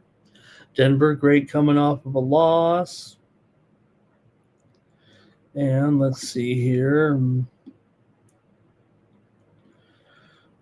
And the Lovable says it's going a little high there for Greg. Greg's got it by 10 there, though, and that is higher than the spread. Lovable says Memphis plus the points. Crip Keys on the Nuggets, so Robert likes the under in this one. And Aaron Gordon, I apologize here. Let me make sure I get those latest injuries with Aaron Gordon. Definitely out of this one. Strother's out. Christian Brown is out. We know Jaw's out. Ty Jerome is out as well. Woodshed for Denver. Terrell says Memphis covers. Denver doesn't have the depth right now because of those injuries right now to Denver. Guys out indefinitely here. And SF Niner with Zach Edey. All right. I'm going to try Denver, though, here in this one. Greg says Memphis is terrible. Now I can go to the Blazers and the Bucks here with the Blazers on the road. Here in this one, Blazers are 7-10. Milwaukee's 8-9. Milwaukee on a 4-game losing streak here right now, coming back down to earth a little bit here, with losses to Detroit, Philly, Cleveland, and the Lakers. Portland, meanwhile, they've been struggling here too, but they did beat Golden State a couple times back, and then they got blasted by OKC last time out. But the Bucks here are going to be favored right now by 2.5, maybe 2, maybe 1.5. It might be 2, it might be 1.5. Total here is 232.5. That's down for sure from the openers here. For the Blazers, they are just 3-7 against the spread on the road, but 7-3 against the spread as an underdog. Meanwhile, Milwaukee's gone just 2-8 against the spread in their last 10. They are 5-5 against the spread at home. So let's see what you have here with Portland, having lost 5 of their last 6 games overall. But Portland is 6-1 against the spread, their last 7 against Milwaukee. That's about a 3.5-year sample size here, but nonetheless, Milwaukee not covering very many numbers, as we said, just 1-7 actually in their last 8. They've lost 5 of their last 6 games overall coming in. Milwaukee has gone over in 9 of their last 11 games at home. Portland's gone over in 8 of their last 11 overall, although 4 of the last 5 meetings between the two teams have gone under, and those have, like we said, have mostly gone Portland's way. I'm going to go ahead and take Portland here. I'm going to take Portland here maybe to win this game, but I'll take them plus 1.5 here against Milwaukee today. We know Milwaukee, we're not going over the injuries here on this one because we know that Giannis is still out at this point. For the Blazers here, Williams questionable, Sharp questionable, and Drew is questionable as well. So those are notable injuries for sure, but I'm going to take Portland here on the road over Milwaukee. And your comments are welcome in the chat. Here you go. With the Blazers here for Cash Kane. Justin likes the Blazers. Lovable, I think, likes the Bucks. SF Niner might be on the Blazers. And Lovable says go under. Robert likes Portland here. Terrell says Blazers laid down against OKC after getting that win. They can bounce back here. And Greg says Bucks if Giannis is playing. There's no chance that Giannis is playing. I don't think we have a timetable on his return right now. Robert says, he says fade the deer here now. That's Robert's our correspondent, but says the team having a little bit of trouble. Look, they're off to, I don't want to say that 8-9 is a disappointing start for Milwaukee. I don't think they had the same expectations, right, this season, but I think they've had bigger expectations than 500. All right, and Blazers there for Sharp. And Greg is switching here to Portland. SF Niners got green in a prop. Tariq says Blazers money line. Here's Blazers 4-9 legacy. And I'll take the Blazers here as well. Next up, Bulls and Pelicans here in this one. The Bulls favored on the road here, -5, maybe 5.5. Total 245.5. Wow, has this one gone up? Shows 244 there on the screen. I did a show last night. It was 241. And that show, and I said go over. Now we're up to 244.5, 245.5 with Chicago on the road against New Orleans here. New Orleans in a massive losing streak at this point. Chicago here has won 3 of their last 4 games coming in right now. Chicago, however, just 1-5 ATS in their last 6. They're also 2-5 ATS against New Orleans of late. They've also lost 5 of their last 7. However, New Orleans has lost 9 straight. They've lost 6 straight at home. 5 of the last 6 meetings between the two teams here in New Orleans have gone over. 10 of the last 13 overall have gone over here in this one. But, for New Orleans, it's been pretty bad. And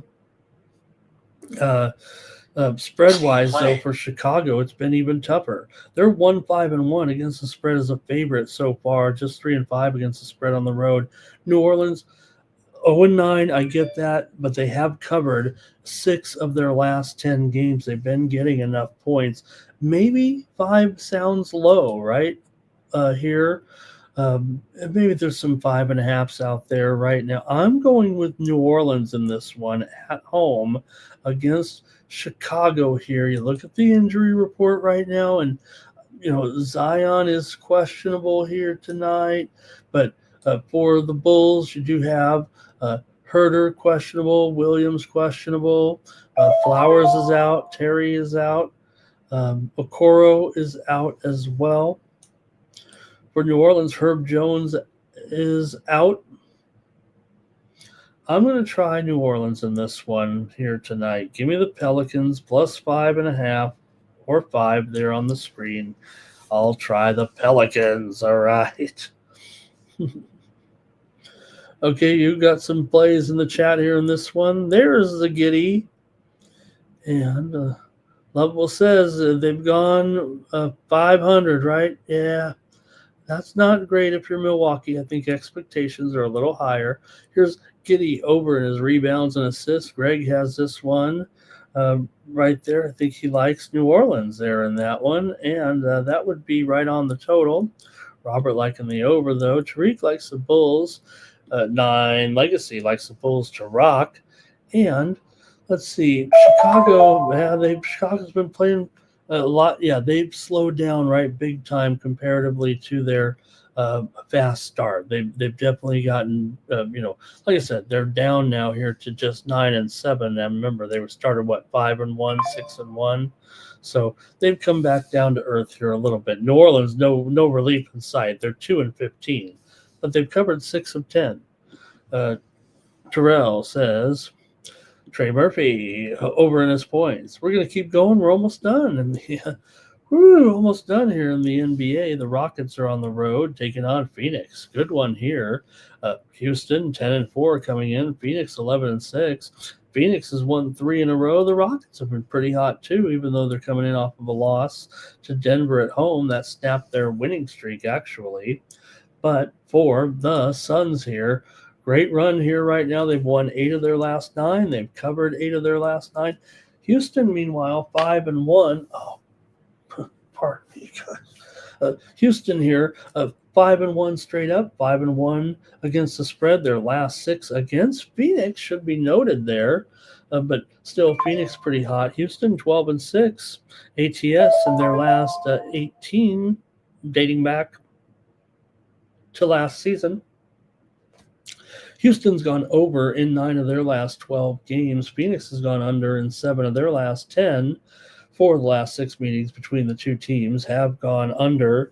But look, Phoenix has been terrific. We just saw them beat the Spurs there last night, so they are on the back-to-back. But, man, they did a great job. It got close there late, and the Spurs just went off and took off again. So they've beaten Portland, Minnesota, and San Antonio. They're getting the points here. I know they're on the back-to-back, but I'm going to take the Suns here in this one. Like I said, Houston, pretty good run here, certainly, with the winning streak that they were on. And they are 6-1 against the spread on the road. But Phoenix is 9-1 against the spread at home. And Houston is just 6-4 against the spread in their last 10. I say just because Phoenix is a little bit hotter than spread-wise anyway than Houston. Let's go to the chat with your picks here. And it's going to be take the points. Let's see. Sing-Yoon with a anytime touchdown. Lovell says Phoenix might win. Tariq says nice win with the Suns yesterday. May have to go with Houston. Team total over today, though. And Cash Kane says you got KD out here for Houston. Let me look that up. Yep, he is out here. DFS still no return. Eason questionable for Phoenix. Fleming is questionable. Dunn is questionable, and Allen is questionable. So they're missing some parts here. But I'm going to take Phoenix in this one. Roberts on the under. 9 Legacy Rockets on the spread. And SF9 says it makes it tougher for Sengun there. And the Suns are breaking your deal.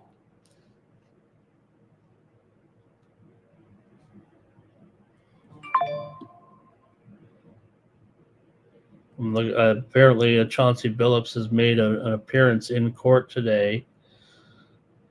I believe that's what the headline is saying here. And look, Phoenix is hot at home. Suns here for Justin. If KD is out, 9 Legacy is switching to the Suns. He's out. He's been ruled out. Here comes the sun. Do-do-do-do. Here comes the sun. I said, it's all right. All right. Little steam coming in here on Oakland. They're favored here by, we're favored by 2.5 in their matchup against Lamar. This one's being played in Missoula, Montana, of all places. And we're seeing actually here Oakland taking that steam. This is at 4 Eastern and 1 Pacific between Oakland and Lamar. And we're seeing right now this one is up to 3.5 here with, tell you what, some of the offshore books a little behind here, it looks like. 3.5 steam on Oakland here. All right, guys, we got the 10-minute warning here right now in those early games there, right, with Troy and Toledo. We already mentioned that steam kind of came in on that one with Troy and Toledo there. The steam also came in on the over. So just to review there, Troy favored by 2. And the total is at about 160 right now in that first game of the day. There's 2 games going off here in 10 minutes. Troy and Toledo here in this one right now. So look, I'm going to take the over in that one with Troy. I know that's a high number, but I like the over there. I know I didn't have it on my graphic here, but I'll preview it right now and go with the over. I'm going to chase that steam a little bit at 160.5 and give me the over there with Troy and Toledo. Also about to go off that Rhode Island and Towson game. We talked about that steam that kind of came in on the under there with Rhode Island and Towson, and also, let's see, the current line in that game is 2.5, and the total is back up here to 1. Maybe they dummied it up, and it looks like it's back up to 141. I'm surprised, actually, by that move. I like the under in that game. I liked the original steam, actually. Give me the under there with Rhode Island and Towson here. I also like Rhode Island in the game. minus the 2.5 or 3 points. So give me a parlay here as we get rolling. I'm going to take Rhode Island and the under there in that one. All right, just want to make sure you guys get your picks in for that game here. Just a few minutes away with some college basketball for us. So, wow, we won't be done with the show, so I'm excited to watch some games with you guys while we wrap up the coverage here. Let's keep it going right now. Oh, I missed a few plays here. And Rockets could rock 'em, says Crip Key. Greg says the Suns will calm down. And Mr. Weskers says, if you look at the sun too long, you go blind. They told me I'd go blind if I was doing something else, Mr. Weskers. But you see, every time I got to lean over here so I can read the lines. So maybe I am going down here. All right, we just got Shepard here on the points total, and SF9er likes the under there as well in that Rhode Island game. All right, go Rhodey. Go under. Noble said, I don't think that's true. I can't see. And you can't see. You need to wear some glasses like DMC. You're blind. Minnesota Timberwolves and the Kings here right now. You got the Timberwolves favored by 9.5. This totals have been on the move here still to 238.5. Where's it going? Here with this one, Minnesota favored by maybe 10 there on the screen, but it might be 9.5. The Kings snapped their losing streak finally by winning over Denver in a shocker on Saturday night. Minnesota, meanwhile, coming in off a loss at Phoenix that they kind of blew the lead. They kind of blew the game in that one. Sacramento just 1-6 against the spread at home here right now. Minnesota not much better. They're 3-5 against the spread on the road, just 6-7 against the spread as a favorite. A pretty big number here, obviously, for a Minnesota team that is coming in here off of the loss, but they beat Washington by 11. They beat Dallas by 24. If you want to compare it comparatively to the weaker teams, they also beat Sacramento recently by 14 points. So they are covering spreads against bad opposition. They did not get the money, actually, I don't think, in that Washington game. I think Washington actually got the money there the other night, but still did beat them by 11 here, and that was at home. This one's on the road. We can look at some of the trends with these two teams here because they're semi-frequent opponents. Sacramento comes in having gone over in 5 of their last 7 against Minnesota. Minnesota's actually covered 4 of the last 6 between the two teams. Minnesota's 2-4 ATS in their last 6 overall. They've won 6 of their last 8. Sacramento 2-7 ATS in their last 9 overall, and they've lost 8 of 9 games here of late, so a little bit of struggle here. Minnesota did win back on November the 14th, 10 days ago, 124-110. They did, I believe, I think they got the money there in that one, and they also met back on November the 9th as well, and Minnesota got that win at Sacramento, 144-117. So Minnesota is pretty much handled the business here, it feels like, against Sacktown. Let's see what you have here in this one. Kings for Reddy Samedi. How about Randall to do something here? Booker wanted to play KD. And Mr. Wesker says you got to just keep fading the Kings here right now. This franchise is a mess. Minnesota owns them, says Lovable. Been fading the Kings all year long. No reason to stop now if you're doing it. I mean, you're obviously Kings barely 40, not even 40% this season ATS. Greg has it here right on the spread pretty much. How about Ant-Man over at his 3s? And the Troy total just dropped to 159.5. All right, I'm going to go ahead and take the Minnesota Timberwolves here on the road to keep it going, cover the spread. I'm laying some points here today, but I'm taking Minnesota. One last one in the NBA right now. It's the Jazz and the Warriors here. The Jazz are 5-11. The Warriors are just 9-9. The Warriors have lost 3 straight. So have the Jazz. Warriors come in with losses to Portland, Miami, and Orlando here. They lost to Portland at home the other night. Still going to be a big favorite here against the Jazz. Jazz on the back-to-back there after losing to the Lakers. They did come back there late. The Lakers look like they might actually get the cover there for a while. But in the end, it was the Jazz getting the money there. Markkanen got hot late. They even had a chance at a last-second shot. But it was the Jazz that did cover the spread against the Lakers there last night. Lakers got the win, but only by 2 points, 108 to 106. Now the Warriors are 5-1 against the spread at home.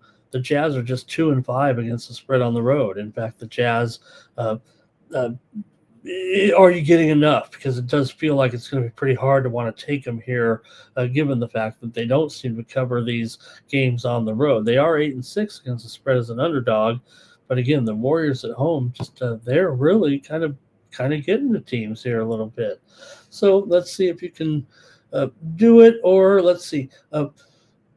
Golden State has defeated Utah in 9 straight games at home and 7 of the last 8 meetings overall between the two. Warriors are 5-1 ATS in their last 6 games. Golden State is 8-3 against the spread. Last 11 against Utah coming in. So do you think they'll rout them here? Are the Warriors going to rout? I think they are. I'm going to take the Warriors here to crush today, and they'll beat the Jazz off that tough loss last night. I'm going to take Golden State in this one. See what you guys have here. Last game. All right. Kings beat Denver, Greg says. Levine's 20-plus are ineffective points. Right, and look, Lovable says in college basketball, the game's blowouts and the rematch, they win in a blowout even though they're evenly matched teams. They always get the revenge, I think is what Lovable's saying. Steph on the threes there. Mr. Western says you got the Warriors at home, 5-1 straight up and against the spread. He doesn't know what Kerr's doing, but Mr. Weskers, Kerr's like one of those genius guys, isn't he? You don't know what he's doing. That's what makes it right? You always want to keep it. Well, I don't want to say like that. I know plenty of people have criticism for Steve Kerr. It's hard to criticize Steve Kerr still to this day, I would think, unless you want to talk about his politics. That's another story. Lovable's going to take the points here. I mean, it's tough to, Steve Kerr has had to undergo, people will go, he'll be in another arena, people will be talking some bad things. I mean, remember, this man's dad was assassinated, basically a target by Middle Eastern extremists many years ago. All right, Tariq, Warriors team total over. Greg's got the Warriors here, I think, but he's got the Warriors to win, but that's a cover right there. That's a cover. Warriors over for Justin. And Ready Samedi's got the Warriors here.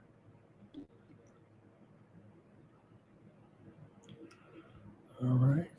And let's see here. Lovable is on.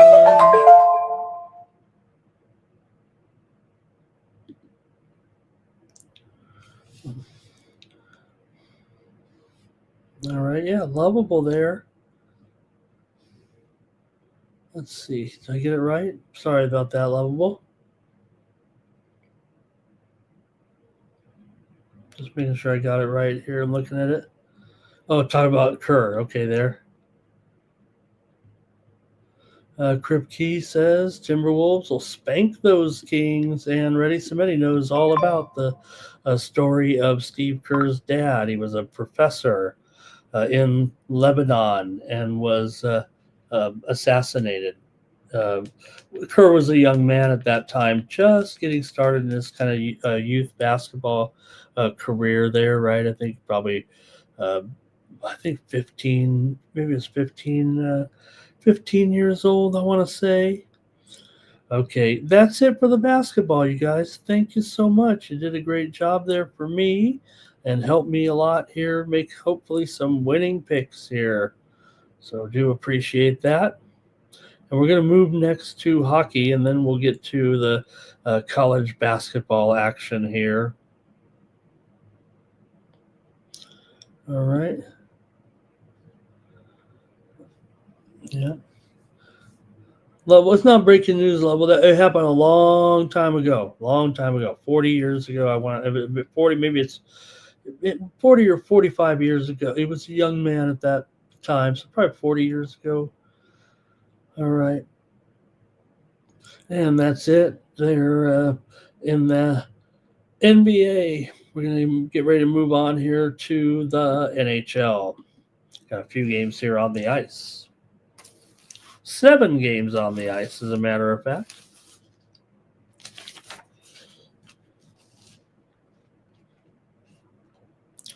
As we get rolling here right now and get out to the NHL. All right. Steam play. I knew it. Okay, here it is. Well, I got a steam move here coming in right now. I want to clear this one here. And you got Appalachian State. I think we've already talked about this game with Elon and Appalachian State. We said the steam came in on the over, but here's Appalachian State taking the steam here right now. Appalachian State was a 5.5 favorite, but right now we're seeing Appy State at 6:30 Eastern, 3:30 Pacific, and here comes that move on Appalachian State, and currently it is at -6, so about a 1-point move here in that one. Move from 5 to 6 here with Appalachian State. The move is on App State. Okay. All right, I'm trying to get hooked up and ready here for the NHL. Making sure I got my notes in order here. I know Mr. Wesker doesn't like when I go with the NHL first, but hey, it is still professional. Okay, here we go. Sorry, gang. Okay, Blue Jackets and the Capitals. All right. And you got the Blue Jackets here on the road. They're an underdog against the Caps, and Jet Reeves goes for the Blue Jackets here. And I'll check the goalie computers because I know that I've been wrong here. You guys have been giving me the business a little bit. One quick steam move here is on Cal Poly San Luis Obispo in Northern Arizona. Steam to the over here right now. In this one, it was as low as 162.5.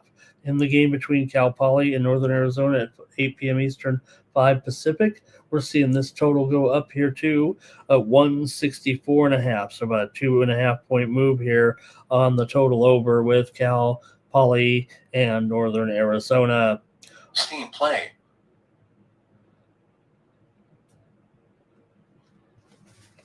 All right, we're also seeing some steam here real quick. I'll get one to you in the college ranks. Why not? It's a big week for college football with our games on Friday and everything. But here's one for Saturday.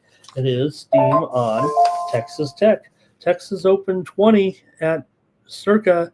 The steam came in, and right now they're up to 21.5, 22 points. Texas Tech on the road against West Virginia. Steam coming in on Texas Tech in college football. Why not talk a little college football there without the move coming in? All right, Blue Jackets here with Elvis is in the building. There we go. Elvis is in goal here. He's confirmed, actually. He was in the starter's crease this morning. He's 4-4 with 3.37 goals against. Logan Thompson likely to start here. 8-6-1, 2.24 goals against average here in this one. Got the Caps here, but buck 65 or so right now, and it's a pretty big number here, but they probably should win bigger the way things are going here. But let's see what you guys have here today in this game between Columbus and Washington. want to take a look at some of the trends here anyway with this one. You do have Columbus coming in here right now, having lost 10 of their last 13 against Washington overall. They're just 2-6 in their last 8 on the road, and they've lost 6 of their last 9 at Washington overall.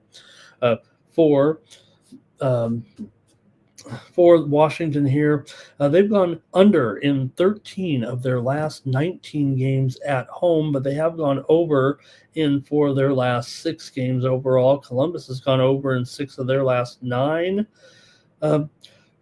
Washington has gone under in 4 of their last 6 against Columbus. I'm going to take Washington here minus a goal. I'm going to go back to the minus a goal thing. Mike urged me to do so with his broadcast there. I mean, he didn't urge me personally, but I listened to what he had to say, and I remember I dropped I said, I'm not going to do that on the show after I tried it there early on in the season, but I think it's a sound advice. So I'm going to heed Mike here. Nobody likes a draw, but, if you want to lay 1.5, my pick is on Washington here. If you want a bigger return, take them. If you want a smaller return, take the money line. I'm just trying to put it as close to $1.10 as possible. I'll take Washington -1. I prefer Washington here over Columbus on Monday night. And let's see what you guys have in the chat. Thank you, everybody.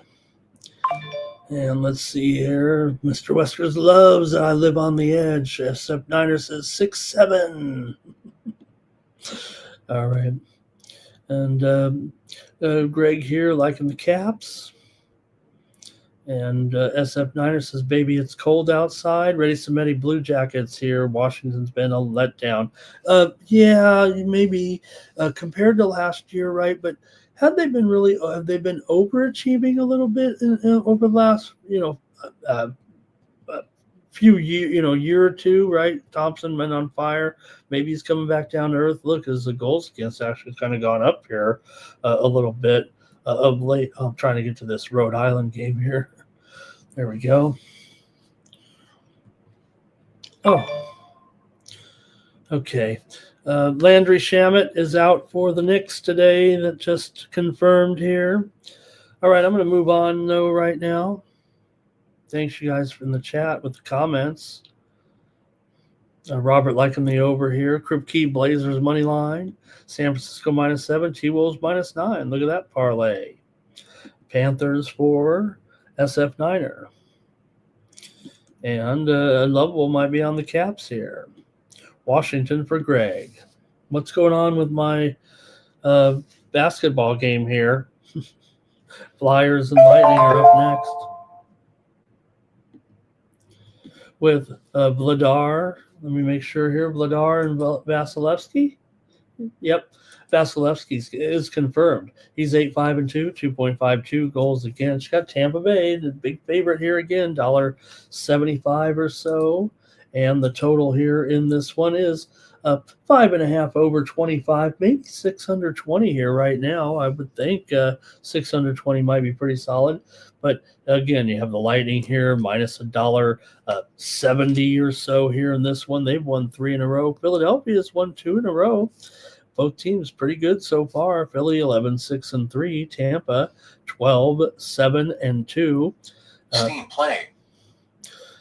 By the way, breaking news right now. So I thought I was just mentioning that total going, kind of looked like it was going up. That Steam play that just came in is on this game right now. Steam to the over here with Philadelphia and Tampa Bay. Full disclosure, I was on a show last night talking a little NHL, and I did say go over 5.5 in that game. And now here comes the Steam on the over right now with the Flyers and the Lightning here. The Steam coming in here big time. We're seeing the 6s pop up all over. All the 5.5s are going away. Bye-bye 5.5s. And it's going to be that Steam coming in right there right now on the over. Okay, but for me here, I'm going to probably go with Tampa Bay here actually in this one. And I'll do the same thing. I think I'll just lay a goal here. Tampa Bay comes in here. like I said, 12-7-2. They're just 6-5 at home so far this season. Meanwhile, Philadelphia on the road is 3-3-1. They're much stronger at home, but not terrible on the road. But still, Philadelphia winners over New Jersey and St. Louis. Both those games were at home. Tampa Bay, meanwhile, off of the road win at Washington. Then they've returned home here.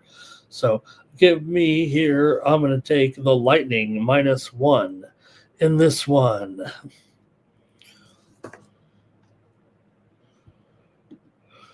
All right. And Flyers puck line here, 4-3 there. He likes Flyers plus a goal and a half. And Ready Samedi says the Flyers are probably ready to wrap up the season here. Kripke likes San Francisco. I thought he was saying he likes San Francisco to smoke them, bud. Like he was saying to me, like he was, Kripke. We've been together a long time doing chat, right? Kripke in the chat, and I thought he was saying it to me. He's gonna smoke them, bud. Like he's saying I'm his bud, but no, he's gonna say I'm gonna smoke them, bud. All right. Let me continue on with the Blues and the Rangers here. The Blues are 7-9-6. The Rangers are 10-11-2. What is wrong with the ESPN and I can't get the Rhode Island game? I'm going to move to another. Maybe it's my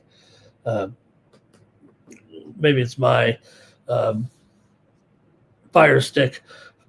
Robert went with the over in that one, and Flyers Scrappy says, Greg, Blue Jackets money line for 9 legacy. Regulation draw. Let's keep betting those regulation draws, you guys.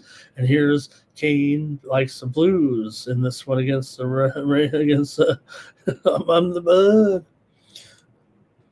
Come on, ESPN. What's going on here, you guys? I want to watch this game with you guys.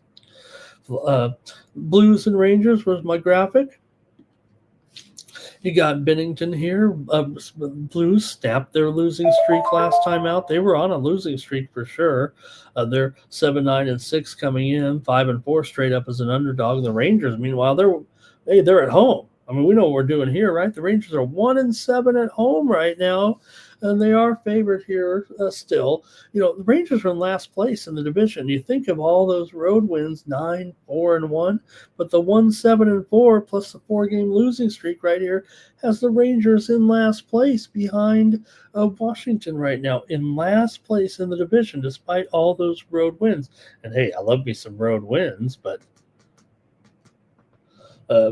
St. Louis here, they're not great, but they are 4-2-4 in their last 10 games overall, and they're in next to last, 4-4-2 on the road here. But see what you guys have in this one with the Rangers coming in. Rangers are 8-15 to the under, 2-7 to the under at home. The Blues are 2-7 to the under as an underdog. You can see where I'm going here, I think, with this one, with the Rangers here and the Blues. I'm going to go under. Blues have gone under in 5 of their last 6. The Rangers have gone under in 4 of their last 5. Give me the under here with the Blues and the Rangers in this one. A little plus money at 5.5. Oh, man, ESPN making me mad here all of a sudden. Pay good money for this. We have the problems with ESPN. Nobody wants to pay $10 a month or more. And I can't even get the Rhode Island game right now. What the hell? What the hell? I might go to the illegal streams here. Is anybody watching the Rhode Island game on ESPN Plus, or is it just I got to reset my Fire Sticks? I got to clear my cache or something like that. It says right now, that wasn't breaking news, ESPN. It's the thing that tells me to connect my TV. Why did they give you an update on that? All right. Robert, so it is a technical issue. I mean, I see the game clearly listed right there. Rhode Island, I'm going to try another. I mean, I only got 10 Fire Sticks here. One of them's got to work unless there really is a problem with the feed. Probably a problem with the feed, right? It's, after all, a neutral site game, so probably having some technical issue, right? You guys can tell me. All right, Ready Somebody says take the Blues on a Monday. I guess that's why they call it the Blues. Or is it nobody like? Tell me why nobody likes Mondays. All right, Rangers terrible at home. Greg here says 3-2 Rangers. Robert on the Rangers.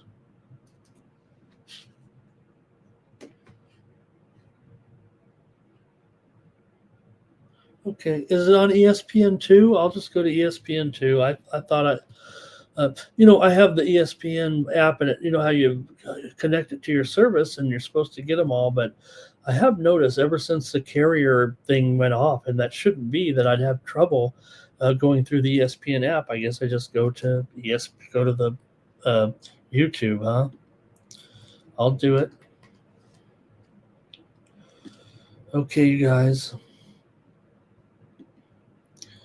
Here, who was the one win against at home? Lovable says, who was it against at home? Actually,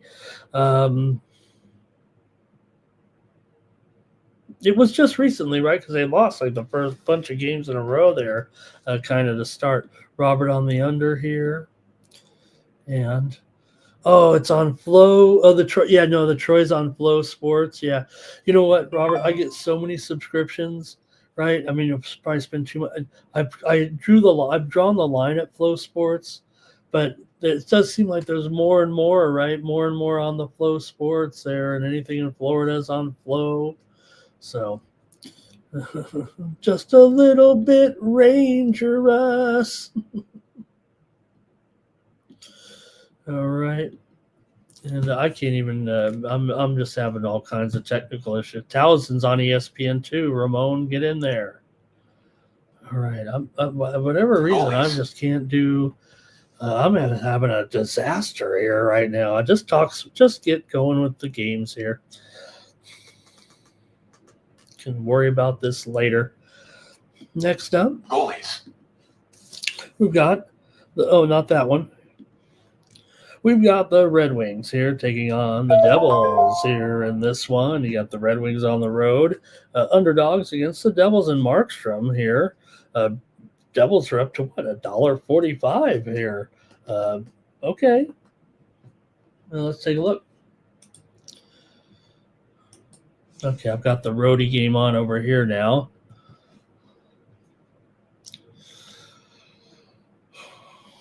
All right, Red Wings and Devils. Markstrom here is in goal in this one. New Jersey's won 7 of their last 8 games at home right now. Detroit's 4-2 in their last 6 overall. 4 of the last 5 meetings between these two teams have gone over when playing in New Jersey.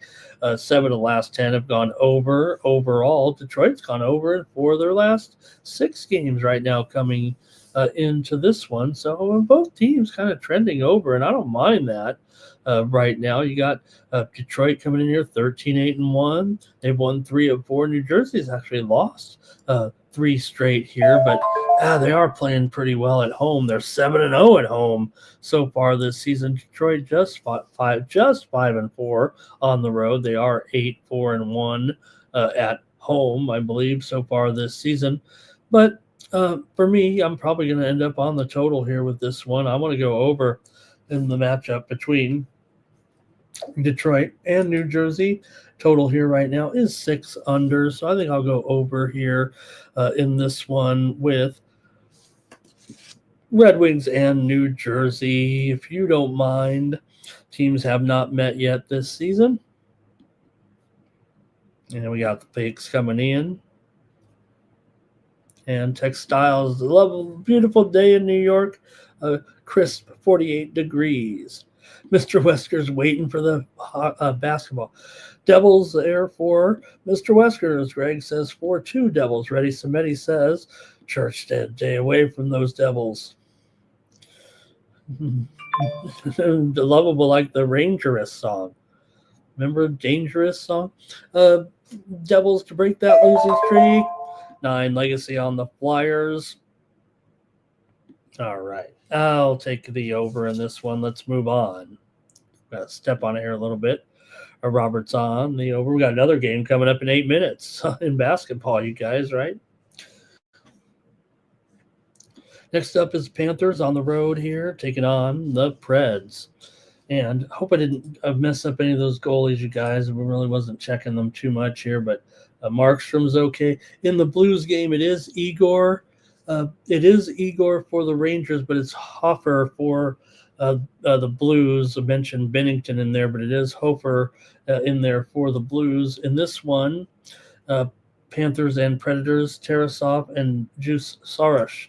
Tarasov is likely to be in there. Tarasov was pretty good in relief of Bobrovsky, saving all 12 shots he faced, but they lost to Edmonton 6-3. But Tarasov is likely to be in there tonight with a 2.34 goals against, 1-3-1 record, 91% save percentage. Tarasov did stop 37 of 40 in his most recent start, the win over the Capitals. That was his first win of the season.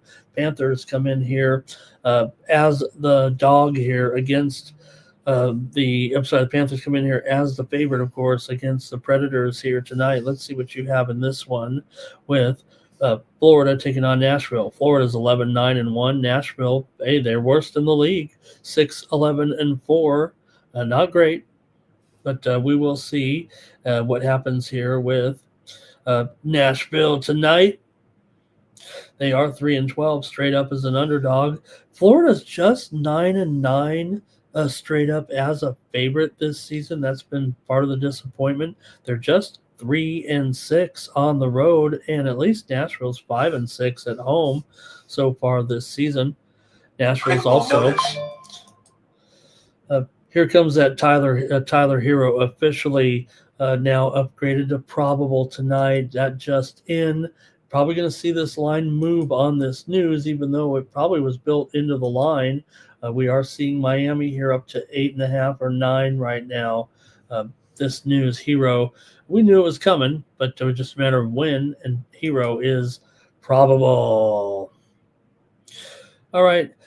Anyway, Nashville 5-10 to the under so far this season as an underdog. They're also 8-2 to the under in their last 10 games overall coming into this one.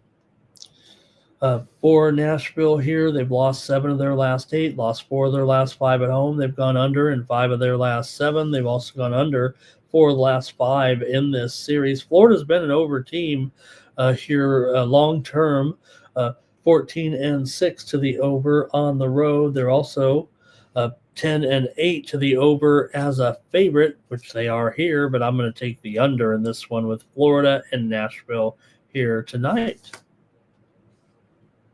Get your comments quickly here in. We're going to get to that college basketball here as well. And we got the 5-minute warning on our 11:30 Eastern game. Stony Brook, I think Mr. Weskers is saying. And Robert's on the Predators here. Greg likes the Panthers. Lovable says, I haven't gotten a game with the Predators correct at all, so give me some suggestions. At least I'll take the under here in this one. Okay, so Stony Brook taking on Pacific as well here, just coming up here at the bottom of the hour. I think we already said, right, the steam that kind of came in there on that game between Stony Brook and Pacific on the under. So you can look at it that way maybe if you want. The total's down here to 144, though. It was as high as 151. Some people, that would be an immediate time to take the over when you see a 7-point move.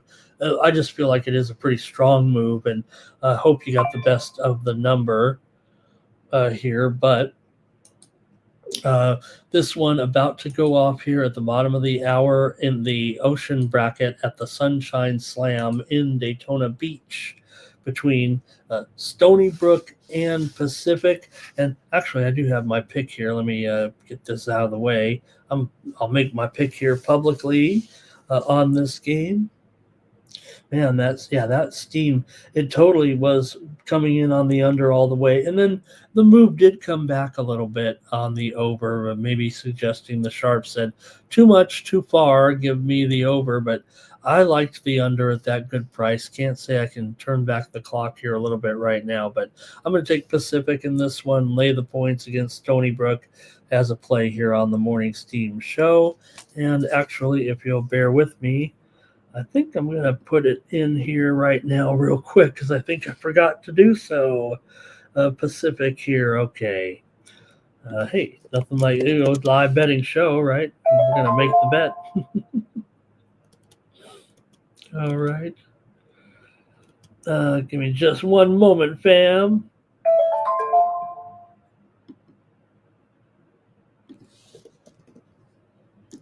There we go.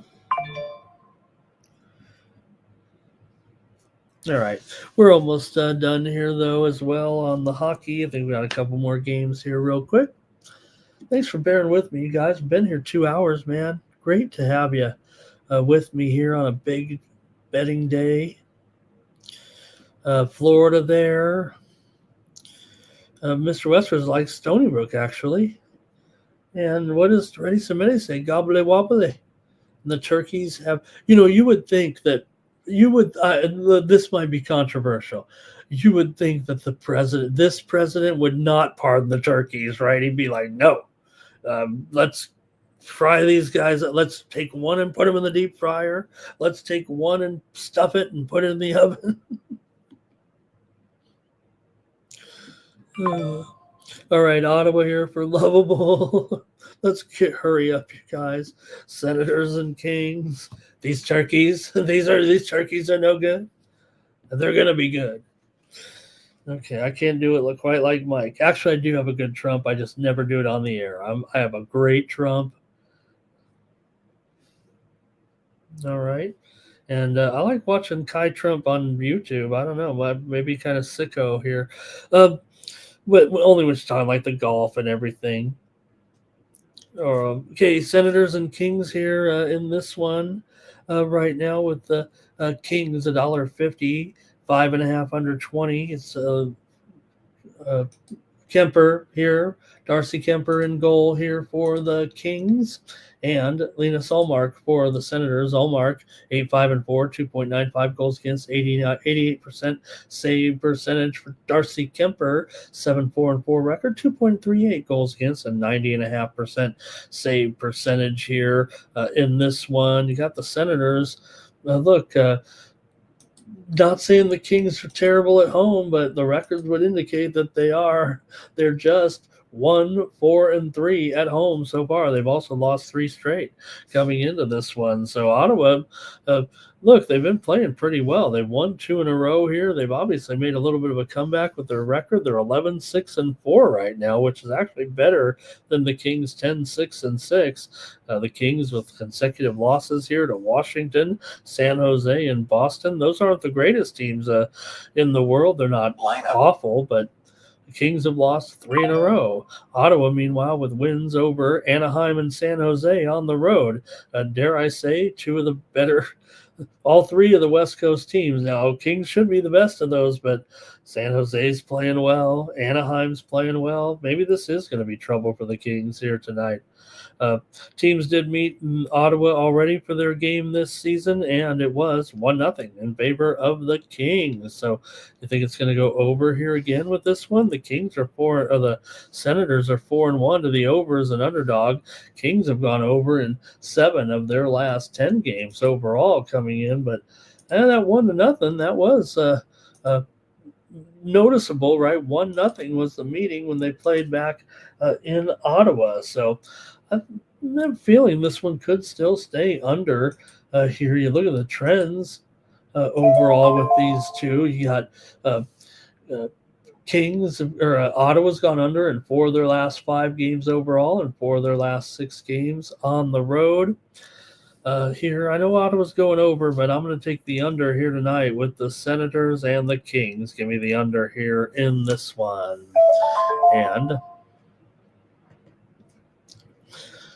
okay, we've got Robert on the under here. And Reddy says, don't get your feathers ruffled, though. The Ducks are off tonight. Kings will take down the Senators 3-2, and Reddy Samedi likes the Senators. One more here with the Golden Knights on the road, taking on the Utah Mammoth. And we know Utah's been really great at home. They're 11-8-3 overall, but at home this season, Utah, pretty strong record. 6-2-1. The Golden Knights, meanwhile, on the road are 5-1-4. They've actually been quite good. Utah just snapped their losing streak. They were on a long losing streak here, but did win last time out against the Rangers 3-2 to snap that skid. Meanwhile, VGK is in off of a loss at Anaheim. This is their third straight road game here right now as they jet on up here to Utah. Vegas is 5-1 on the road this season. Utah's 6-2 at home this season. What you gonna do when Utah is hosting the Vegas Golden Knights tonight? Vegas has won 12 of the last 18 meetings between the two teams overall. Utah's lost 4 of their last 5. As I mentioned, they were on a 4-game losing streak. 7 of the last 10 meetings between the two teams have gone under. Vegas has gone under in 4 of their last 5 and 5 of their last 7 on the road. Utah's gone under in 5 straight and 4 of their last 5 on the road right now. Utah 3-6. To the under at home in this one. So Vegas does play well on the road. They kind of have Utah's number here. Utah, like I said, they playing pretty well at home, but Vegas gets it done on the road. I'm going to take the Vegas Golden Knights tonight to beat Utah in a key game in the West. Get your comments, and then the hockey's over. All right, and I got to find that new game now. Where's that one at? Where's the Stony Brook Pacific game on?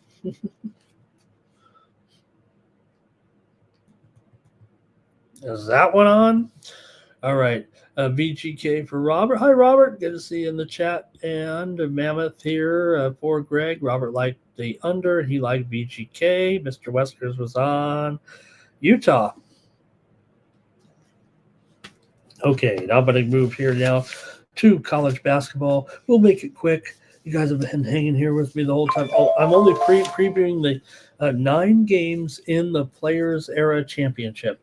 The Players Era Championship is being played here in Las Vegas, and look, this is the big NIL tournament. Okay, this is the one that's why it's the Players Era. They're playing for NIL money here in Las Vegas. They're playing at 2 venues that kind of overlap the games here. There'll be like 2 games at one time, and the format also is a little bit unique here. NIL driven. Each team's guaranteed at least $1 million for being there, and for this whole tournament, it is $20 million in the pot. So maybe this is the way we should do it. Maybe we shouldn't even have a championship and just send them all in with that. Remember, well, let's put 256 teams in the tournament. Let's do that, and let's just play for money the whole way down. So the format, it was not a straight knockout tournament necessarily. This year it'll be matchups over the 2 days. There'll be some tiebreakers. There's point differential. You can't go over 20 points. You can't beat anybody by more than 20 points. You can beat them, but I mean, you only get credit for 20 points. So the tiebreakers, they play basically over a couple of nights and then a championship game. You play 2 games and then you go into the next set of games. And again, you can't, if you beat a team by 50, you get credit for 20, and then it's points scored, points allowed a little bit. That's how the format kind of works here in the Players Era Championship here at the 2 arenas here in Las Vegas. I think it's actually on TNT and TBS here. A little bit, so should be good here. 18 teams are in, so they all play here right now. They play in the pool play, and after pool play, the matchups for the championship, 3rd place consolation games depend on that win-loss record, the tiebreakers, and then the top seed from each pool face off in the championship games, and then the runner-ups play in the 3rd place game, and all the others get another game in the consolation pool. So you get 3 games out here a little bit. And we'll see how it goes. I don't know if I've described the format completely right, as I'm kind of going off memory here. So let's see here. We're going to go in order. Probably should have the graphic up there. with Rutgers and Tennessee here in this one. We've got this is I think the biggest spread of the event here today. This is at 1 Eastern, 10 Pacific, with Rutgers and Tennessee.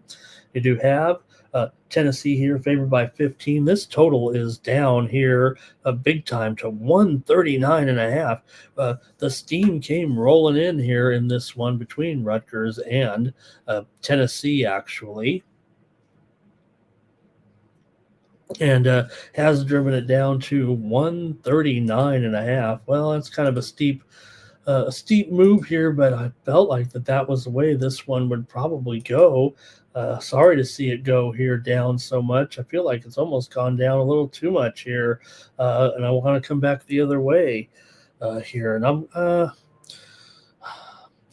gonna go the other way here on this one. I think it's too big of a move from as high as 143 down to 139.5. Let me update it here if I'm gonna go over. And give me the over, and I'm going to go over. See, I don't always chase that steam. I'm fading this move, a 4.5 point move or so, 3.5, whatever it is. I'm going to take the over in this one with Rutgers and Tennessee at the Players Era Championships here. Mr. Wesker says we're the okay. Okay. It's on Baller TV. Baller TV. Robert is like a. They kind of started out as like a high school. I know this for sure. Kind of like it's almost like the era of the Lonzo Ball, like the Ball brothers a little bit. Not that it's related to Baller TV, but that's when Baller TV really started to take off because they would show those games at first on the streams back then. Layett says Tariq Westers is not fading Rutgers in this one.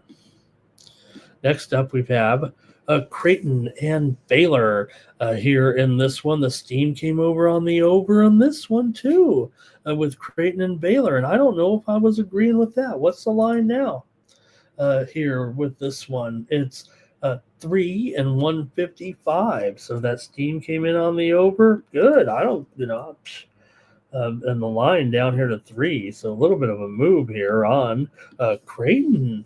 The moves on Creighton here in this one. Okay, well, I gotcha. Baylor comes in 3-0. Creighton comes in 3-1 right now. Let me give you some steam here real quick on a game not related to this tournament. Grambling and Riverside. Steam to the under here in this one with Grambling and Riverside. This one's at 3 p.m. Eastern and noon Pacific time, and we're seeing the steam to the under here in this one. Grambling and Riverside, it's down to 144 here. It was as high as 147.5, but we're seeing it down to 144 here with Grambling at Riverside. Steam to the under in this one. Riverside favored by 4. Grambling has a couple wins, 3 wins. All right, but I got you here. I'm taking a look at the game with Creighton and Baylor here at the Players Era Championship right now. And you know what? I'm not about this. I'm taking Baylor here. I've got Baylor to win this one and cover. I'm taking Baylor over Creighton. I'll lay the 3 points here right now in this one for Baylor. So far, these teams have not been good against the spread, despite their combined 6-1 record. They're combined 1-5 against the spread. So take your best bet maybe here, and I'll go ahead and take the Baylor Bears here at -3. A little bit of a discount here, right, from the 4.5, it feels like right now. So give me Baylor in this one against Creighton here today. Baylor's always pretty good early in the season. I know this one's a little bit tough, but Creighton's actually played Baylor here just 2 years ago. Creighton got the win 85-76. Got the money in that one, but I'm going to take Baylor in this one. All right, and let's see here. Baylor laying 4.5 is no good. Robert says under. And Greg likes Baylor here to win, and he likes an under big time there. That's a big time under from Greg. Next up, the Kansas Jayhawks are taking on the Notre Dame Fighting Irish. Kansas is favored here by 4.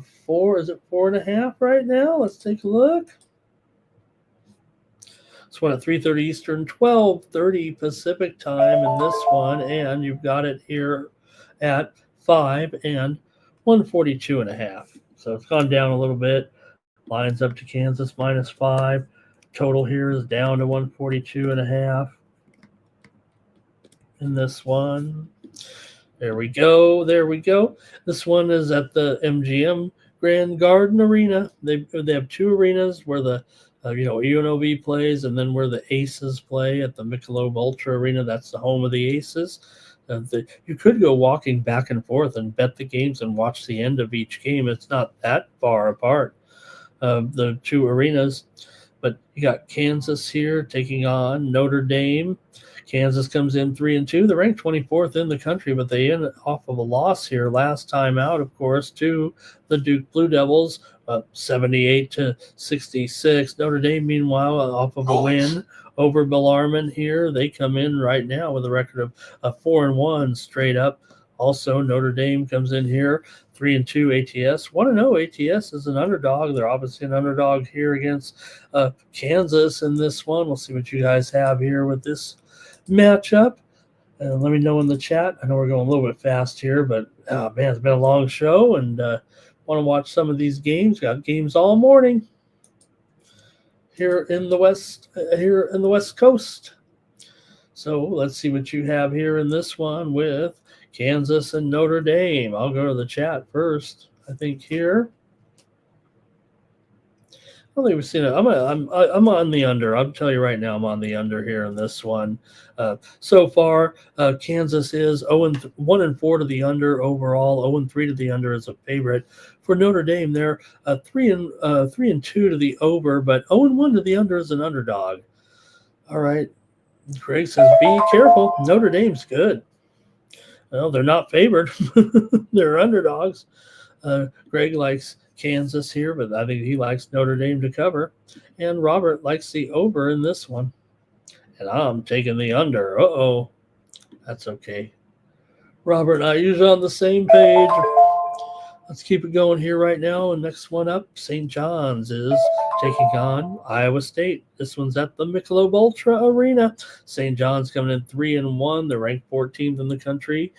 Iowa State here, they are at 4-0. They're also ranked here right now with a good start to the season for Iowa State. Their wins over Stonehill, Mississippi State, Grambling, and FDU, and they are 3-1 against the spread. 1-0, 3-0 against the spread here so far for St. John's.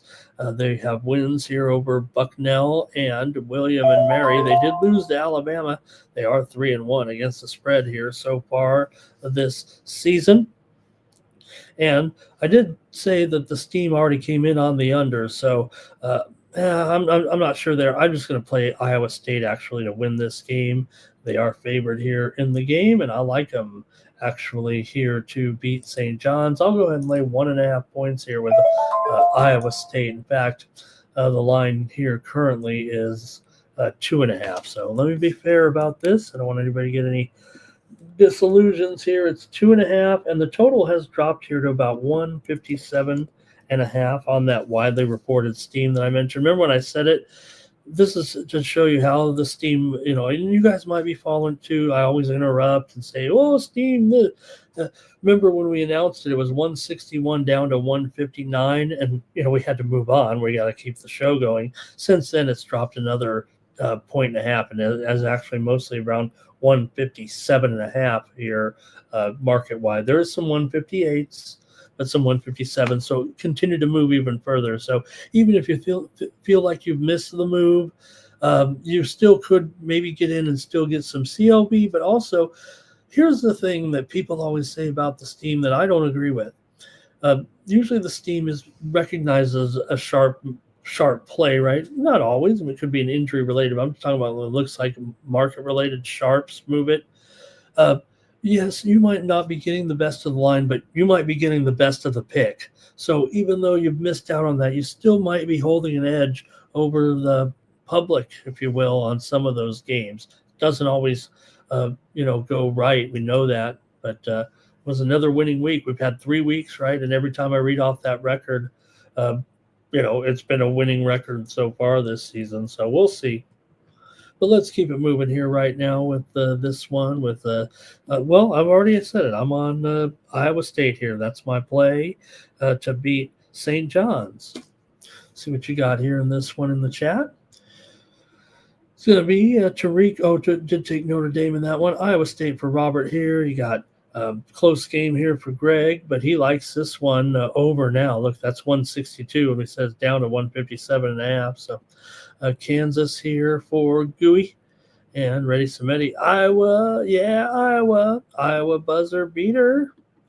And lots of Creighton love today. Anybody on him? I know. I didn't take him, did I, Gooey? And Mr. Wesker says, Ramon, what about Syracuse? Well, Mr. Weskers, we're going in chronological order. So we don't skip any game. St. John's money line.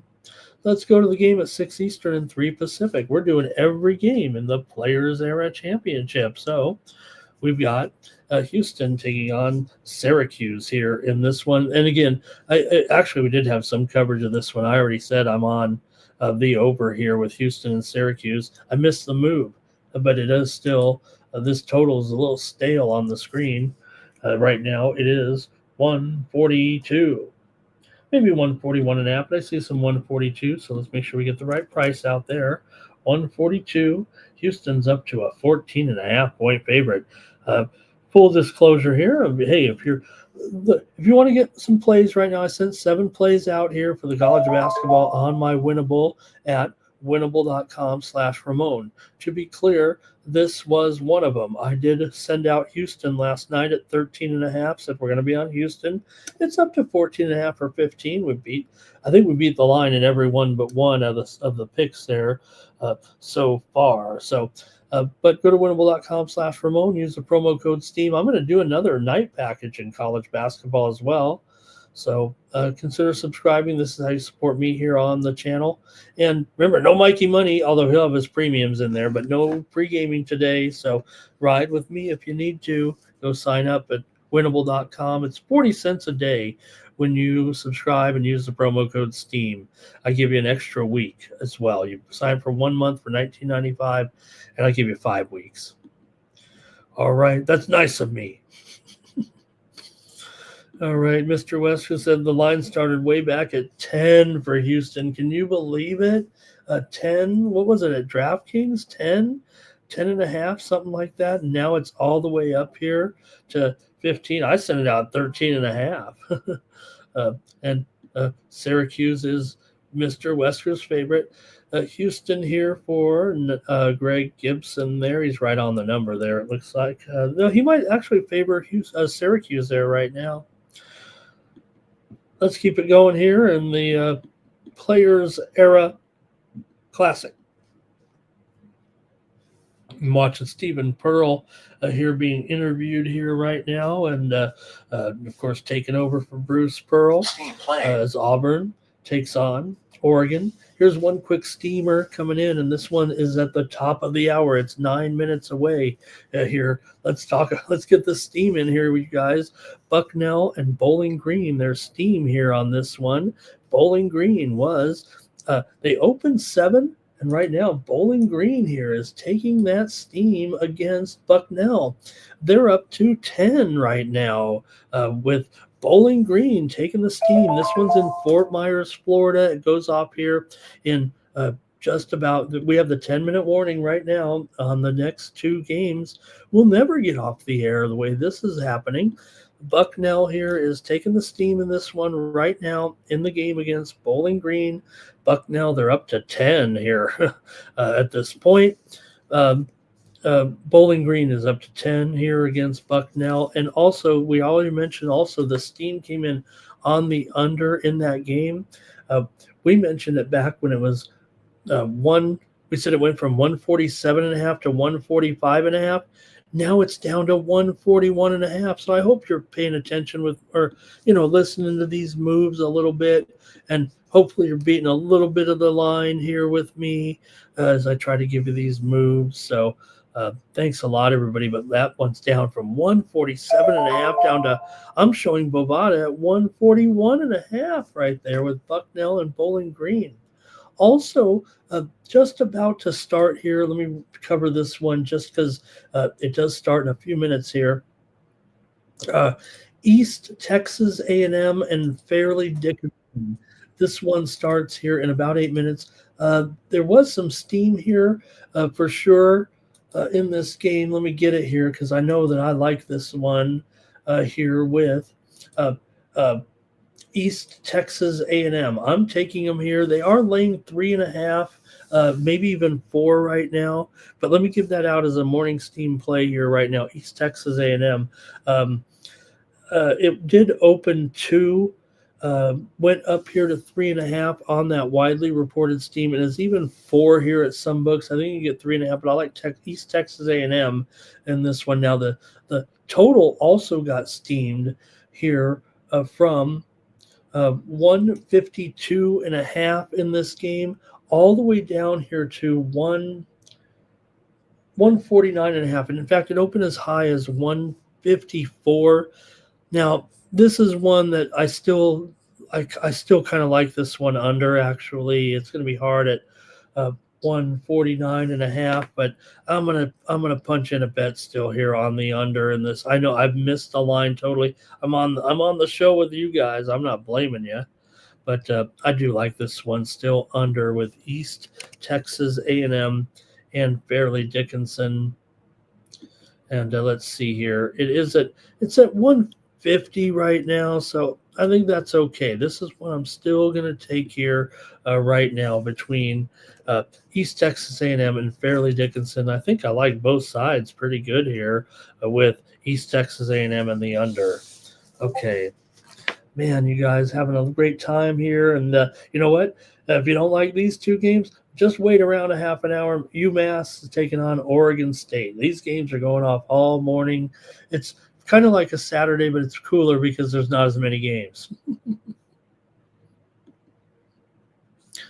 All right. And let's see. Houston ain't covering there. Big Negroni there. He likes you offering any Black Friday deals. Yeah.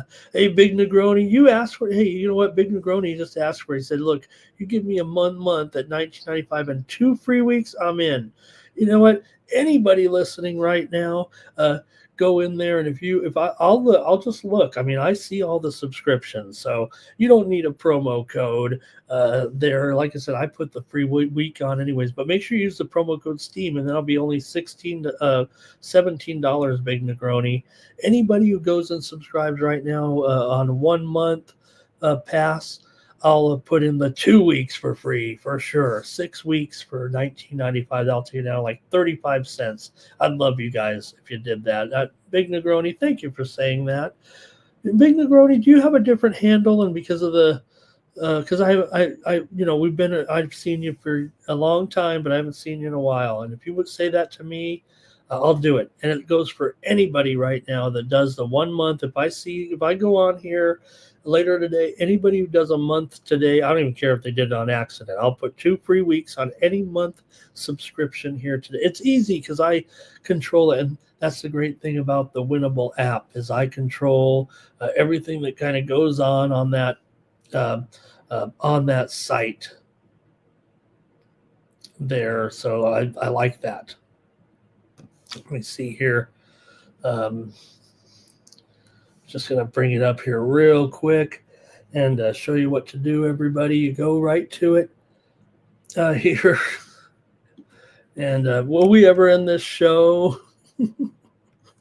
I'm monopolizing your time with me here today, it feels like. And I want to make sure everybody's also signed up for the drawing here. So, yeah, go over there right now and choose over here right there where it says daily, 3 days, weekly, overall. Those choose monthly here. It says $19.95. And when you subscribe to it right there and you use that promo code STEAM, you put it right in there. It comes up here. There it is, $19.95. It says $21.45, but it says apply promo. I'm just going to type it in and put STEAM in there right now. Just type it in just like that, and then I'm going to hit apply. Let's see if I can do it here on the screen. Where is it? Apply. Oh, I did. I hit it already. It goes down to $15.96, $17, and then you can choose Apple Pay, Google Pay. You hit the Apple Pay, and it's just like going for me to Taco Bell. Comes right up as a double click to pay. I love that. And well, there's my info. You don't want my address or my bank account, but thanks a lot. Thanks a lot. Great suggestion. Thank you, Big Negroni. We're almost done, you guys, with the show. Thanks everybody so much here. Big. It's almost like I put Big Negronis with me. Okay, just kidding. I don't mind, Mr. Weskers. Okay, Robert on the under here. I just want people signed up actually. And hey, you know what? It does buy me a couple of pizzas during the week for sure. Like I said, I'm making big time money off selling these picks. I know everybody hates the pick sellers, right? I got you guys wrapped in for that 40 cents a day. And you know what? I've got upwards of 70 subscribers. You do the math. 70 subscribers, 40 cents a day. I'm about to retire on my $28. Maybe it's a little higher because not everyone does the best price, but you know what I mean. Okay. Did I do the Auburn and Oregon pick here right now? No, I did not. Let's make sure I get a pick in here. Also, let's see here.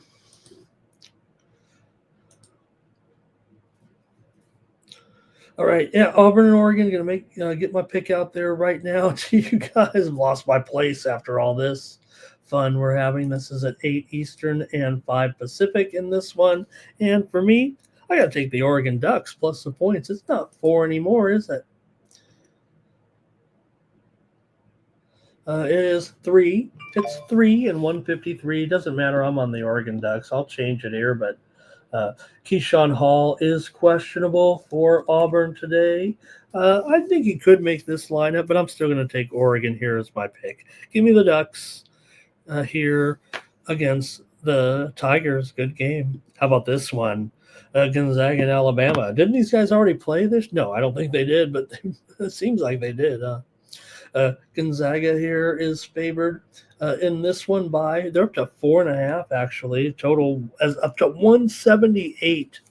178 in this one with Gonzaga and Alabama. Really, the widely reported steam came in on the over. It was way back down there at 173. We're up to 178 here right now. Come on. With Gonzaga and Alabama. Look, we know Gonzaga's great, but we know they always blow it too. And Alabama, they've looked pretty decent here so far. I mean, come on. For Alabama here, they're 3-1 so far. Gonzaga is 5-0. Alabama lost. It does have a loss here. They lost to Purdue, 87-80. Remember, Gonzaga, they're taking on all of these. They beat Oklahoma by 15. They beat Creighton by 27. They beat Arizona State by 12. Gonzaga is 4-1 so far this season, but those were all at the Kennel. Or no, they're 4-0 at the Kennel, and they had a road game. I think they failed, or maybe it was a neutral. But Alabama comes in here at 2-2 ATS so far this season, and there are 2-0 against the spread as an underdog so far this season. Are the Alabama Crimson Tide? You know I'm taking Alabama here. Give me the Crimson Tide plus the points. Man, that total's gone high. Maybe it's too high. Maybe it is too high. Let me get your comments. We're going to end the show here with 2 more plays. Alabama for Tariq. Robert's on the under now. Yeah, I see ya. I see ya for sure.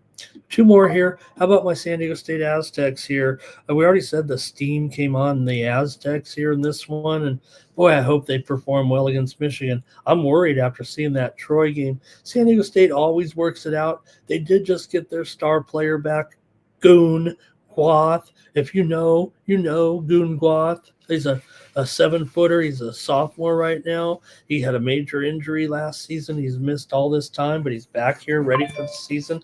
Boy, they could have used him last year. I mean, he is a good player. I believe he's an NBA player here for the most part in his future. Maybe he could be an early entry eventually. He's that kind of player. Still has some offense to work on here for sure, but he's got a little bit of a shot too. So a 3-point shot, I mean, for a 7-footer. And Gunguath is back here for San Diego State. But I'm going with the under in this one with Michigan and San Diego State.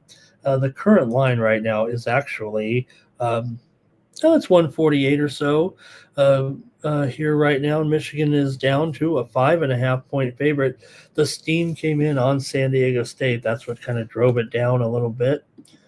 And, I'm the San Diego State representative here, and this is still a good team. Now, we saw Utah State last night win that tournament.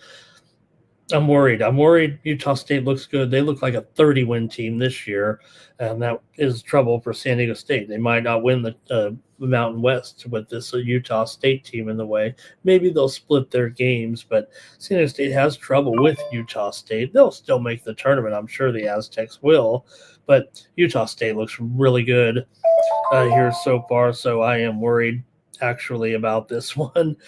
Michigan comes in 4-0. They're ranked high here. Top 5 team here at this point, maybe 6, but still a great team. But San Diego State taking the action here. Aztecs are just 1-2 ATS so far. Michigan, despite a 4-0 record, is 1-3 ATS. San Diego State is 1-2 to the under. Michigan, 2 down so far, but I've got the under here in this one with Michigan and San Diego State. Give me the under at 148 or so.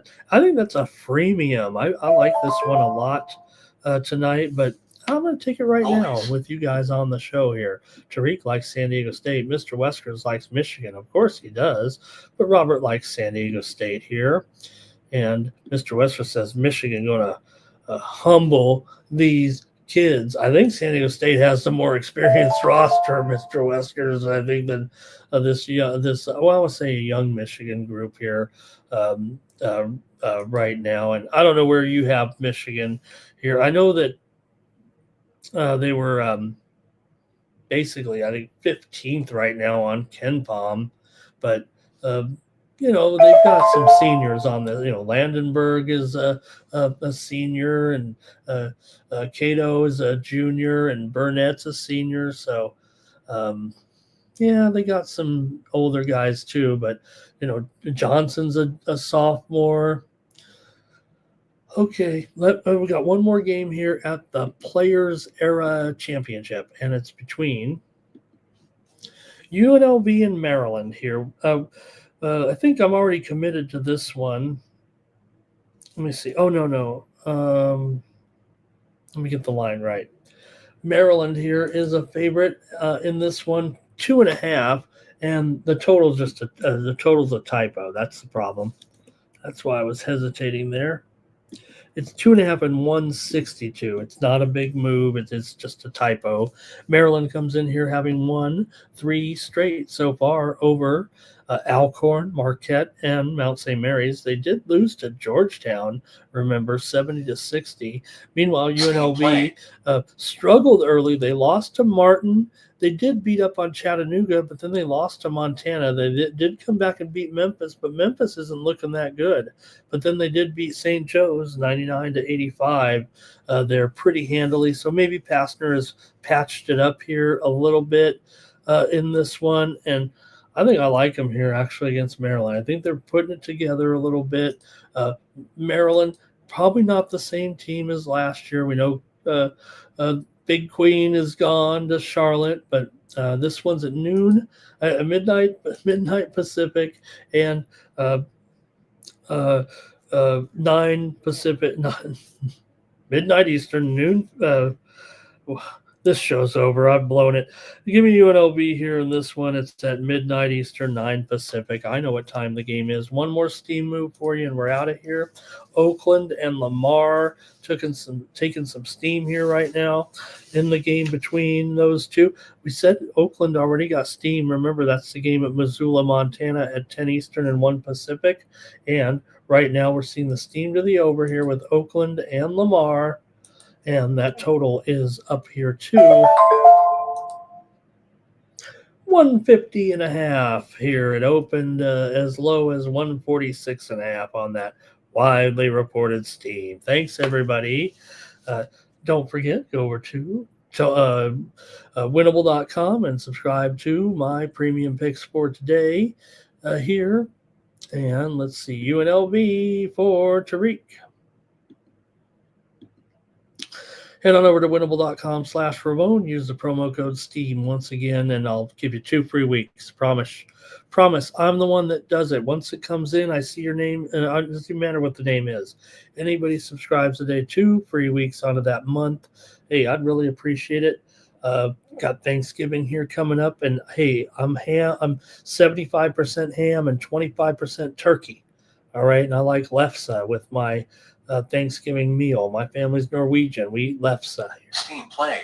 One more steam for you guys. Sacred Heart in Central Connecticut, steam to the over here right now. It was 140. It was it opened 141.5. We're up to 144.5 in this one with Sacred Heart and Central Connecticut. About a 3-point move here right now in the total. On the total, and Central Connecticut opened 3. They are 4.5. Not steam necessarily. The steam is on the over with Sacred Heart and Central Connecticut. Let me get Mikey in here. We're going to miss him today, but we'll get him here right now.